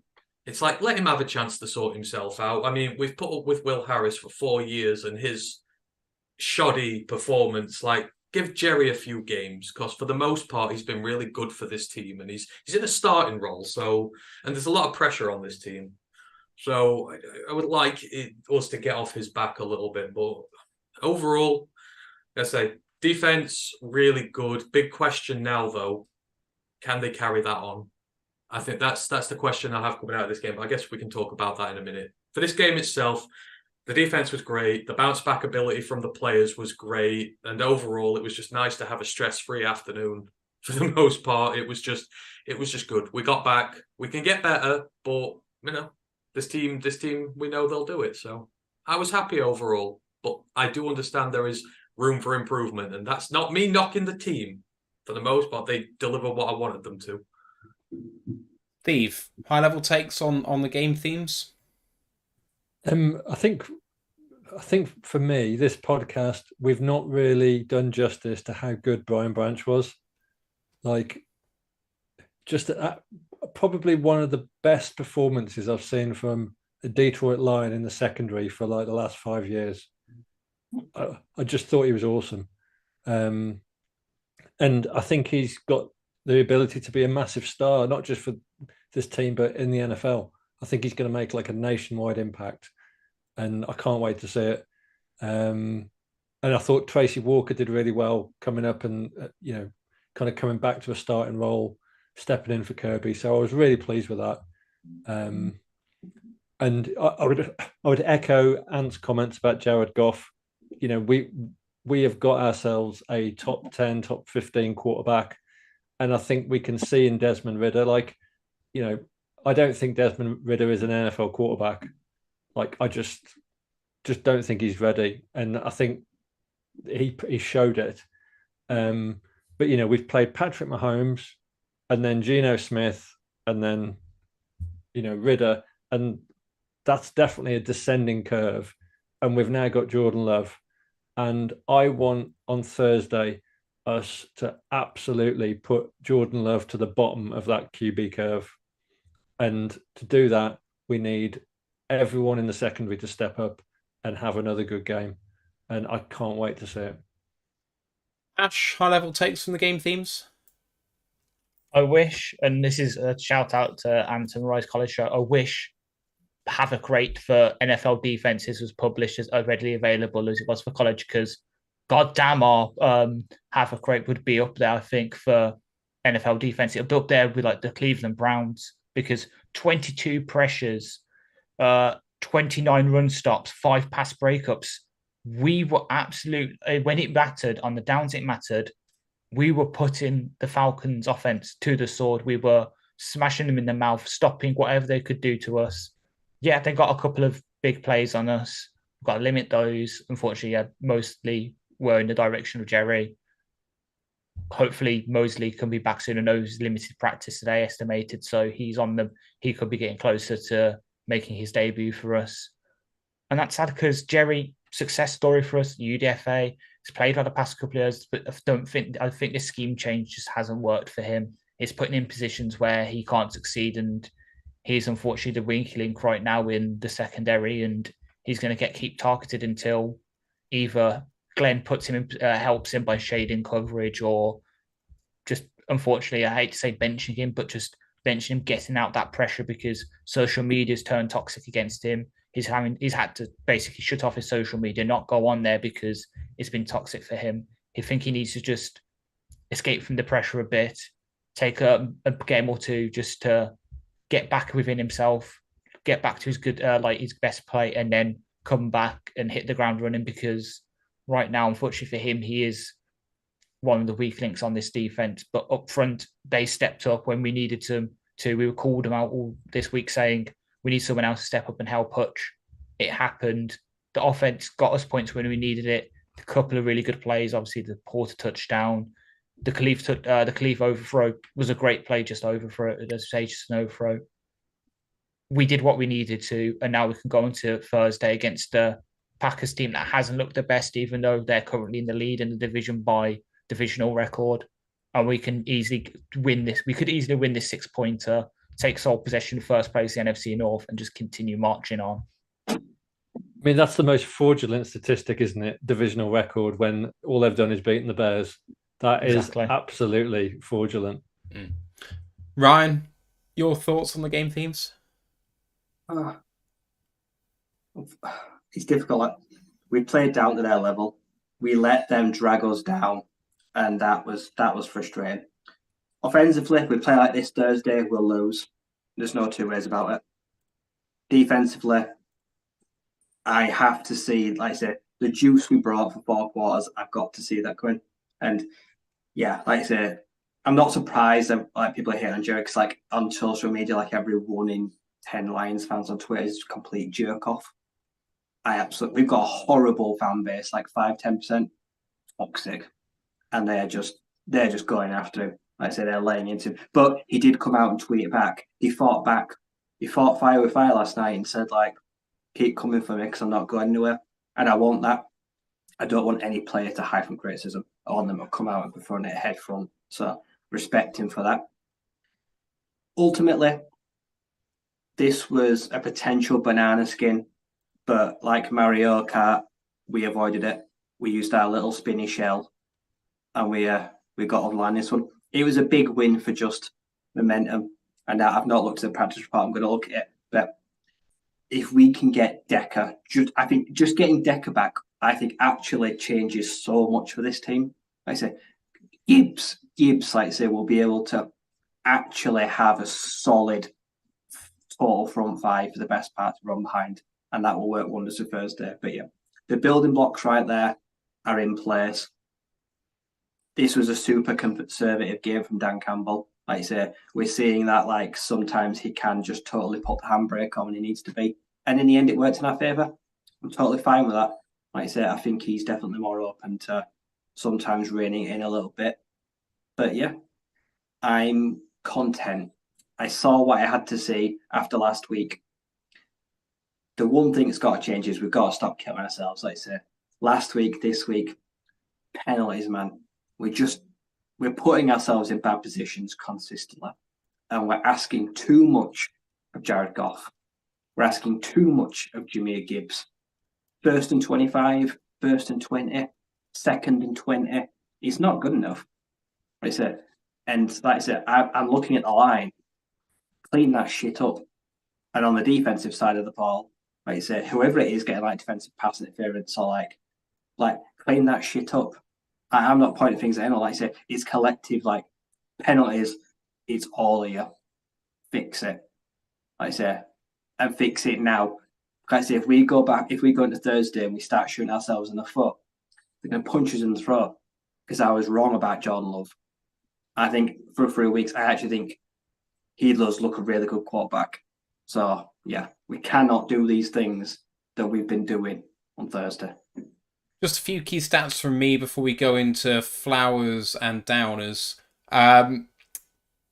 We have a few things I just wanted to highlight. So the Lions committed 10 penalties for 119 yards, either extending drives for the Falcons or stunting our own drives. And yet we won time of possession, 32-57 to 27-03. Just think what it could have been without that. And yes, the last play of the game, apart from Neil Downs, was the strip sack of Hutchinson. But before then, we were actually losing the turnover battle in this game. So we're losing the turnover battle and committing lots of penalties, and we still comfortably won time of possession. And I think that's the biggest thing to say about this game. At the end of the day, when we needed to perform, and I would say on both sides of the ball when we needed to perform, we did.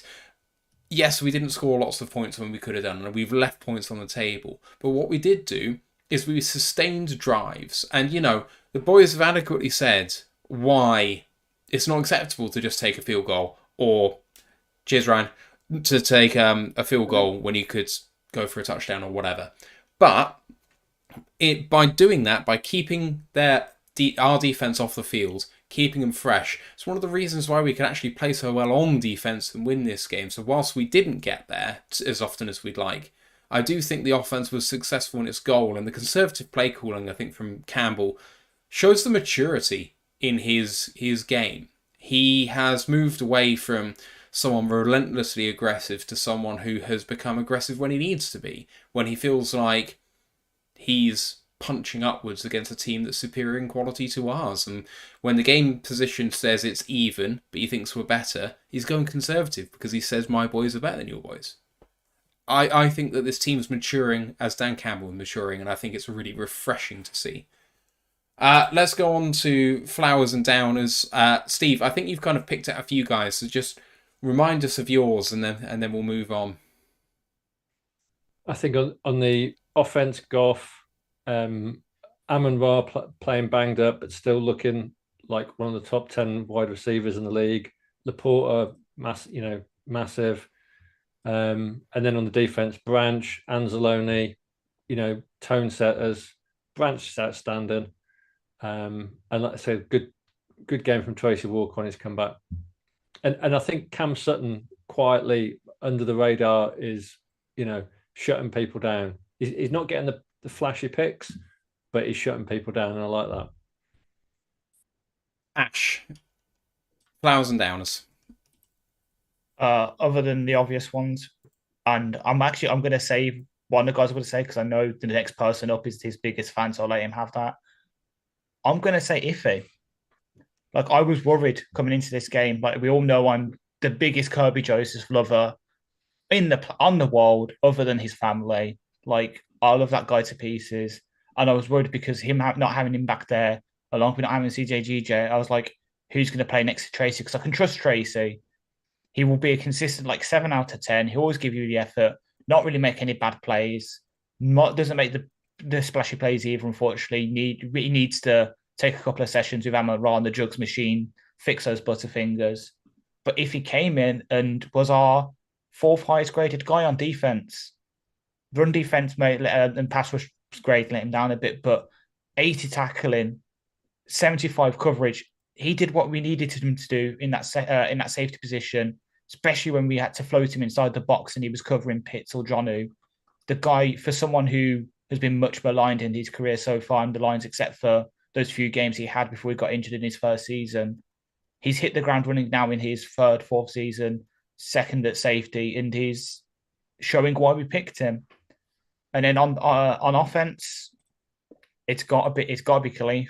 He's showing why we were calling for him the past couple of weeks. I know Matt's probably a bit upset because I know he's a big Khalif believer, but again, 3rd highest graded guy on offense, 77.4 grade. The dude on 25 snaps made an impact. You really saw him. Obviously, he was the guy who Goff overthrew, but then he made some crucial plays when we needed him to. He really stepped up, and for a guy who is literally my size, he was able to take some hits as well. So showing why he wasn't just an all-pro punt returner per Schefter. He is as Matt said on the stream, he's a good wide receiver too in this league, and he showed why yesterday in the game. When you say your size, do you mean the size of a garden gnome, as per Ryan McCluskey? Yeah. Yeah, and that's the thing. I'm going to have to go back and clip that later on, Cypher. You are. Yes, you it's are. It's McCluskey classic. Hey, at least you're not Kyler Murray size. That's even worse. Oh God, yeah, true. That's like miniature garden gnome. And flowers and downers. First of all, I'm going to vote to outlaw the term flowers. I absolutely hate it for when talking. Me too. Hey, what do you want to call it? Flowers are always associated with highlight reels. Ups and downs. Oh, Ash has done it. There we go. Oh, Trey would never have had any.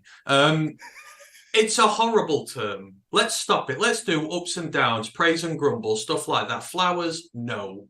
So that's a downer. Flowers down for this game. For praise, I mean, a lot of the guys have said it already. Obviously, on offense, I didn't even know Amon-Ra had a 100-yard game. Like, this didn't feel like a game. I don't know about you guys, but I thought, oh, he's had about 50, 60 yards today. He's had a quiet one. I looked at him like, how the hell's he had 100? But Amon-Ra's just that good now that 100-yard games to him feel like nothing. It's like, oh, yeah. Right. He's just getting them week in, week out. And it's like now probably he has to get 150, 200 before we even start to notice, which is just absolutely phenomenal. So Amon-Ra, you've got to give him all the praise in the world there.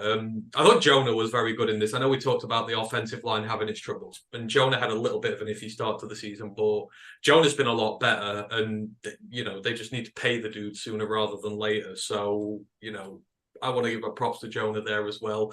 On defense, I appreciate you, Ash. You've left him for me. My big huggy bear, Aleem McNeil. People don't understand the job that defensive tackles like him do in the NFL. He's been getting a lot of tap recently because, he doesn't get the sacks, he doesn't get the quarterback break. Not in there for that. A lot of his job is doing the dirty work in the interior, keeping things solid in there. And through the first 2 weeks, our run defense has been damn sight better. He's a big part in there. And he's playing stupidly big load for a defensive tackle. He's playing a lot of snaps, considering he's getting double, triple, hit all the time in there to play so many snaps. Takes its toll on a guy. And he's been asked to pass rush as well. And in this game, you saw him be able to have more of an impact. Against the run, he was great. Against the passer, he was great. Why? Because they were able to ease his workload out a little bit. We brought Bugs back in, Benito stepped up, got some pressure in there as well. But that's what happens. The guy's able to show his true quality, and everyone's raving about him this week because he's on the stat sheet. But that's always been there. With Aleem, if you can't love him when he's not on the stat sheet, don't love him when he's on it. Because that's the sort of guy that he is. He's absolutely critical to this team. And, I'm just glad that he's been able to get some of the fancy stats for once so that people remember just how good a player that he is and just how critical he is for this team. And we're seeing it this year. Year 3, he is performing really well in both facets of the game. And he's just going to carry on getting better. He really is. So I absolutely love the fact that Aleem stood up this week and got himself a sack and, was more visible so all those doubters remember. Outside of that, I got to keep giving love to Derek Barnes. I'm going to, because I love Derek coming out of college, and the last 2 years have been very frustrating. Sort of, I'm not being able to talk about him in glowing terms because it's been very limited in development and etc. And they've used him wrong. But now, week in, week out, I get to say, this guy's great. This guy's a big part of this team. And look, that's what you bring. When you bring him with pressure, you overload offensive lines when he's blitzing and they're having to deal with all these guys on the interior taking all this pressure. It's like, who the hell do we send to block these guys? That's why Barnes is in this team, to help the D-line overload and to cause performances like that. So Barnes gets the love there as well. Non-love today, yesterday. Nelson still for his in tackles. For his penalties, pisses me off. Offensive play calling was a bit of a downer for me today. I just want to see that get a little bit better. I want us to just be a little bit more efficient on there and discipline in the team. I think rather than players, it's going to be issues I have with the team. Stop giving away these stupid penalties. Stop putting yourself behind the chains. And just play clean. Because we played really clean football last year. When we're playing clean football, this offense looked immaculate. And that's what we need to get back to there. So that's my ups and downs for the week. I'm going to pick 2 guys on defense for what we've now renamed, per Steve Collins, as players cigars and subpars, which has a lovely poetic element to it. So giving out the cigars, first of all, it's got to be Aiden. And I think potentially this has been his best game as a Lion so far. His PFF grade says that it is. I'm not going off of that. What I saw with my eyes is a guy who was in the quarterback's face pretty much every play. And I know that you guys said, our Atlanta guest on Saturday said, pass pro is awful. But he exploited it to great aplomb, and he came big up late when the game was basically done.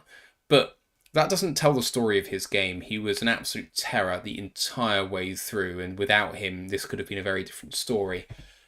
Second guy on defense, I'm really struggling to pick between 2 guys I absolutely love. And I want to give a cigar to Tracy Walker. You know what? He dropped 2 balls, but at the end of the day, he's putting himself in the right position to make plays. And for someone who's not started this season, I thought it was a really impressive performance by him, and he'll get better with more reps. He's going to be taking them, so let's see. I'm going to throw in a third guy because I mentioned him already, but Romeo had a great day. He only had 20 reps on defense, but my word, I thought he was great. Especially the tip pass to give Tracy Walker the chance at the first INT, but I thought he was getting in the backfield quite a lot as well. For someone who was lacking a step during this off-season, I thought he came up big. And then the repeat was Khalif Raymond. Ash mentioned that I might have been a bit upset with you picking him. I'm not. I'm just glad we get to mention him twice. Khalif is a wide receiver too. He just is. And if you have a look at the ball that Goff missed to him, That's a touchdown off the board that he got. But there's a few other catches in there that he made. He is such a reliable route runner, and he's so fast that we are criminally underusing him, even in this game, and he showed exactly why.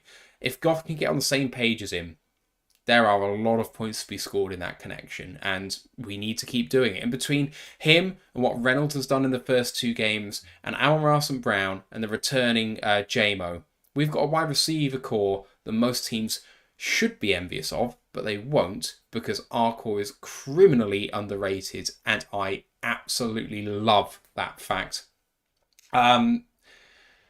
It was a down day for Josh Reynolds on offense. After the first 2 games, he absolutely blew people away, and it came out of nowhere, but kind of reverted to type in this game. 54 reps, wasn't targeted on offense, and he just couldn't get any separation. It was a poor game for him, unfortunately, but he's brought some goodwill in the first 2 games. So those are my cigars and subpars, and that's the end of our discussion on this game, boys. The rest of Sunday's games. Sorry. I was just, I did this for Ash because he mentioned it earlier, but he wanted to know what the havoc rate was for the team. Because I know roughly how the formula works, it was 26.8%, which makes it that's 100 percentile. That is.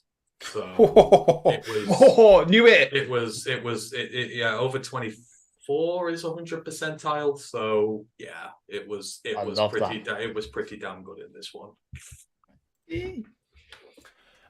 Yeah. So brief discussion on Sunday's games. Maybe we'll keep to the NFC North. Obviously, the Vikings end up pulling out a defeat from the jaws of victory, and the Packers, with 10 minutes to go, somehow go from 0 points to winning the game. It was looking like we were going to take the sole lead in the division, boys, but the Saints conspired against us almost.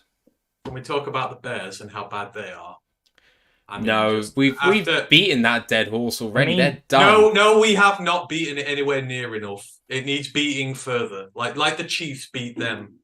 We're not even close to that level of beating just yet. Those mouthy little so-and-sos all off-season, we're going to be great. Our quarterback's one of the best in the NFL. You got no trenches. You didn't even bother to try and really fix them in the off-season. You spent all your money on a pair of linebackers. I mean, Poles is a god. Yeah, he's the anti-god of whatever Brad Holmes is. Incompetent. Brad Holmes is God. He's Satan. Well, I say Satan, but he's God. He's God and Satan all rolled into one. He's Satan to his enemies. He's God to his friends. He is, but I've seen them all saying today, the Detroit Lions, they went 1-6 last year. They were a young team learning to win. It's like, don't compare yourself to us. For one, we have a solid young core last year. They were trying to learn how to win games, but the thing is, they were competitive. We only just lost to the Seahawks. We only just lost to the Vikings. We didn't quit like that team. That team has quit flat out. Like, nobody cares on that team. Never has that been said about this team. Even when we got blown out by Miami and New England, they still cared. And the defense was doing well on those days. They are awful. They might actually be the worst team in the NFL again, because you saw the Cardinals yesterday, and everyone thought the Cardinals were going to have. But look how hard the Cardinals have fought this year. I know they blew a big off lead to the Giants, but they've been competitive in all their games. And them beating the Cowboys yesterday was like it was almost as great as the Lions winning that was. But the Bears have quit. And it's unbelievable 3 weeks into a season that they were so mentally underprepared for this season. And I love it because their fans were giving it the big one, and now they've had to crawl under their rocks again. And you're really taking this bad blood with Bears fans too far. I am not. All they did was talk shit over the off-season. And I got a lot of it on Twitter. Yeah, we're going to be good. I've got receipts. Well, half of them have deleted their tweets now that they sent at me saying, I'm going to keep receipts. They're gone. Sorry, Steve, go on. I mean, you're absolutely right. The Bears are a joke in that they've clearly given up. They're not playing for the coach. They're not playing at all for their coach. And there's mad stuff going on behind the scenes. I don't know if I mean, there were just some crazy rumors coming out, midweek about what was happening at the Bears, and I mean, it was just like surreal level stuff. So I think the Bears are on for the number 1 pick because I think the Cardinals have got some juice. And I mean, look at the way Dobbs is playing. Like he clearly is trying to, win a place on a roster. Maybe not at the Cardinals, but somewhere. And Houston came alive too. Yeah. And CJ Stroud, like, oh my word, like he is looking like the real deal. He's looking like a really, really good player. And I know it's a small sample size, but anyway, so I think the Bears are toast already. I saw a bit of the Vikings-Chargers game. Now, before a Vikings-Chargers game, just think about those two teams and think about just the chaotic sort of clusterfuck that game you could anticipate being. Well, it was better than that. Every possible fraudulent, incompetent cliche that could possibly happen between two such fraudulent teams. It was just like an absolute car crash. It was just unbelievable to watch. Like the Vikings needing to score, taking like 20 seconds off the clock with like less than 30 seconds to play, just through sheer incompetence. The play calling was awful. Some of the actual quarterback play was just mental. Cousins just looked constantly like an accident waiting to happen. But at the same time, both him and Herbert made some amazing throws. And there was some great play. There was injuries. There was penalty. It was just wild. But, the Bears are now 0-3 in one-score games. So the Vikings are 0-3 in one-score games. And I think, I still think the Vikings are going to win 7 or 8 games, but it's going to be chaos. So we have got a massive game on Thursday, because we saw against the Saints, the Packers are like the zombies that do not die, and when they do die, the refs come along and reincarnate them for another drive. And it's a massive game for us on Thursday, because for me, the division's between us and the Packers. I just want to say, in regards to Kirk, everyone knows I take the mick out of his contract, and everyone's going, oh, he's the top passer in the league, got the most passing yards in the league, most touchdown passes, whatever. You mentioned that drive at the end, Steve. Could you ever have imagined Stafford in this situation? You are right by the end zone, 1 play left in the game, you need to score. Why did not he take charge of that offense and spike it? You are paying. He was looking to the sideline all the time. He kept looking to the sideline, and he was getting nothing back from the sideline. And he was just like, "What's going on?" He's lost in the last. You are a $45 million a year quarterback. You are paid way much more money than you deserve. For that sort of money, you need to have a quarterback who is decisive, who is a leader, who goes, everyone up to the line, we're going to spike this mofo. We're not going to let this time just drop. And then when he does, he gives TJ the hardest catch in the world. That's on him. And everyone goes, oh, he's getting wasted on that Vikings team. They have a bad defense. No, sorry. That one play indicates why Kirk Cousins has never been, will never be elite. They needed a leader right there, and he, like you said, was looking around for Daddy O'Connell, telling him what to do, and he wasn't there, and he had no free thought himself.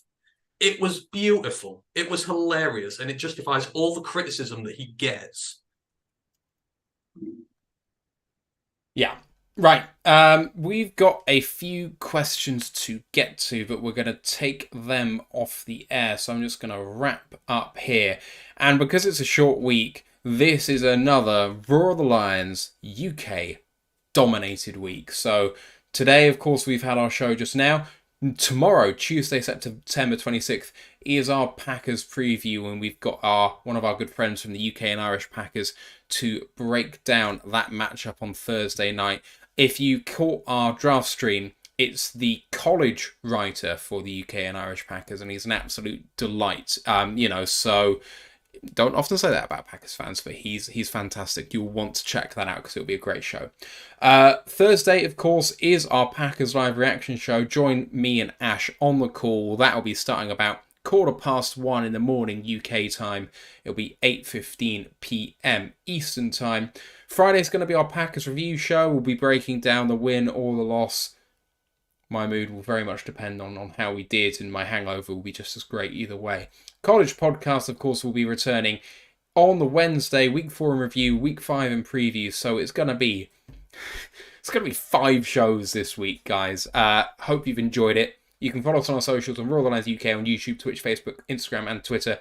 And the group for worldwide fans is Detroit Lions Fans UK One Pride Worldwide. On the website, RoyalTheLionsUK.com. You can find Ash's preview articles there, and if I get a chance, I'm going to write a review article while I'm editing this show. Boys, 2-1 never felt so good. Let's go Lions One Pride. Fuck the Packers PR team. Oh, bring it on. Bring on the Packers. Recording stopped. Right, some questions just to wrap up. Mike the Marine says, right at the top of the show actually, any trade rumours for the Lions? Have you boys heard anything on the grapevine? Yes. Supposedly, Devontae Adams is not happy in Las Vegas, and we are getting links with him. So there's another list. There's another rival to our favourite trade rumour of Mike Evans. Too big a name for us, surely. I mean, if he was going for a first-round pick, I wouldn't hesitate. It's just clearly worth it. It just depends on the price. And Yeah, I can't absolutely. see him going just for one first-round pick, but who knows? I don't know. I'd still prefer Mike. He's on an expiring contract. He's going to be just as good, and we'll probably get him for less. And you kind of hope you get him for a little while, and then JMO takes over and whatnot. So I'm not too big on getting Devontae in. So yeah. Mike Evans would be brilliant. That would, because it wouldn't be a big. We wouldn't need to. You're talking about the Trouble is- supremely relevant in the NFC South 2-0 Tampa Bay Buccaneers. That's what I say. Trouble is, they might be, if they beat the Rams tonight, then it's like, oh dear, they might actually be good. You know what? I do. No, they're not good. They just might be the best team in the division. You know what? I hold nothing against Baker, and I kind of want him to do it for that, but I also want them to be bad, so they'll let Mike go. So I've conflicted interests in how they do. Nomical45 says his final thought is, did all the injuries force AG to change the scheme, or do you think he changed the game plan, i.e. blitzing Sam, single high man, stunts, etc.? Do you think it was forced, or do you think it was the plan all along? Plan all along. I've said it all week. This is what we did last year against the Bears. It works against scrambling quarterbacks who perhaps can't pass that well, unlike Mahomes and Geno. And it works again. 5-man, as you say, 5-man fronts, single high man, having a box safety in there to help mop up the runs and then cover the tight ends. Stunts with Aiden Hutchinson and that.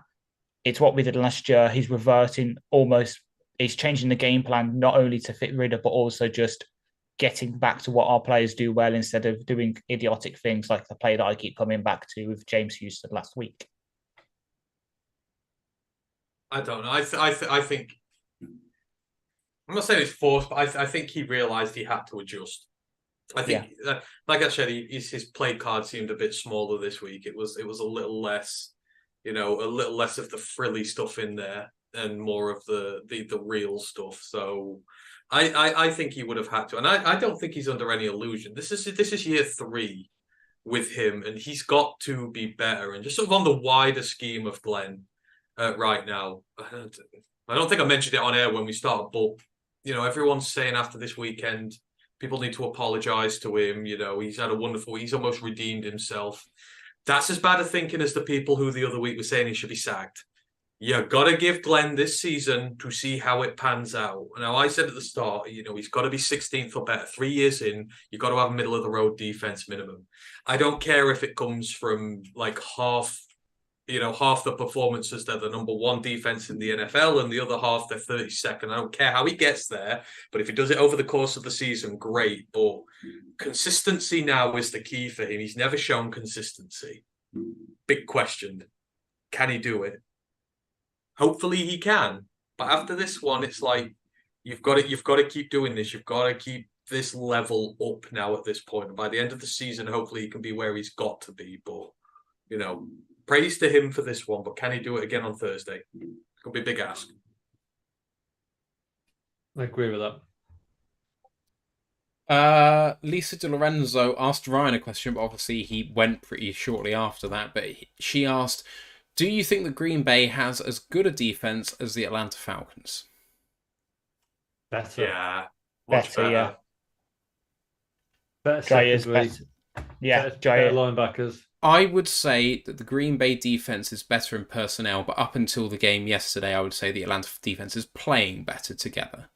Yeah. Green Bay better personnel. Atlanta have the better play caller. We can't forget who the Green Bay defensive coordinator is. Oh, Joe Barry. Yeah. So, I mean, the Packers secondary is banged up, isn't it? If I'm not thinking right, they've got quite a few injuries in there at the give me a minute. second. So, Rashawn Gary is limited. Jair did not practice. Devondre Campbell did not practice. Rashawn's big, because obviously the edge room. You got Kenny in the middle, who's a nightmare on the day. That's where their bread and butter comes from. Always has kind of like been with the Bears in a way, but they hit you more off the edge. So if Rashawn can't go, that's huge. But I think they are a really good defense. I mean, even last year, we didn't score that many points on them last year. It's like we weren't dropping 40 burgers on them. They just had a rank bad offense. So you've seen how much draft capital they've invested in there. So no, it's really good, and it'll be a big test. We need our offense this week to be a lot better. You want to kind of go to Lambeau, put 30, 35 up, and then you can win. I mean, by PFF grade, they're quite close. I'm just looking at it now. So Atlanta right now, the release of the game grades is 14th with 74.1 average grade. Green Bay's 12th with 74.3. So even PFF has them really close right now. So Be interesting to see if Aaron Jones comes back for this game. Yeah. I think he was Could be a big limited difference. today. Yeah, he was limited. Final question. David Reinfurt giving a really, toss-up easy question, I think, here. What uniform combination do you want the Lions to wear on Thursday? Black and silver. Oh, wait. Yes. Either that or I'm All a big white. fan of the all white, yeah. We usually wear the all whites to Lambeau, don't we? I feel like that's a one we wear Makes a sense, lot. yeah. We did last year. The same white that we beat them in last year. Let's put that back on. Yes. Yeah, feels good to me. Right, it's been a long show, so I think it's time for us to sign off, especially considering how many shows we're doing this week. Thanks to everyone for listening, for sticking with us for the pre-show and the post-show. We'll see you tomorrow for the Packers preview, but for now, for the guys, from me, good night. Good night. Night.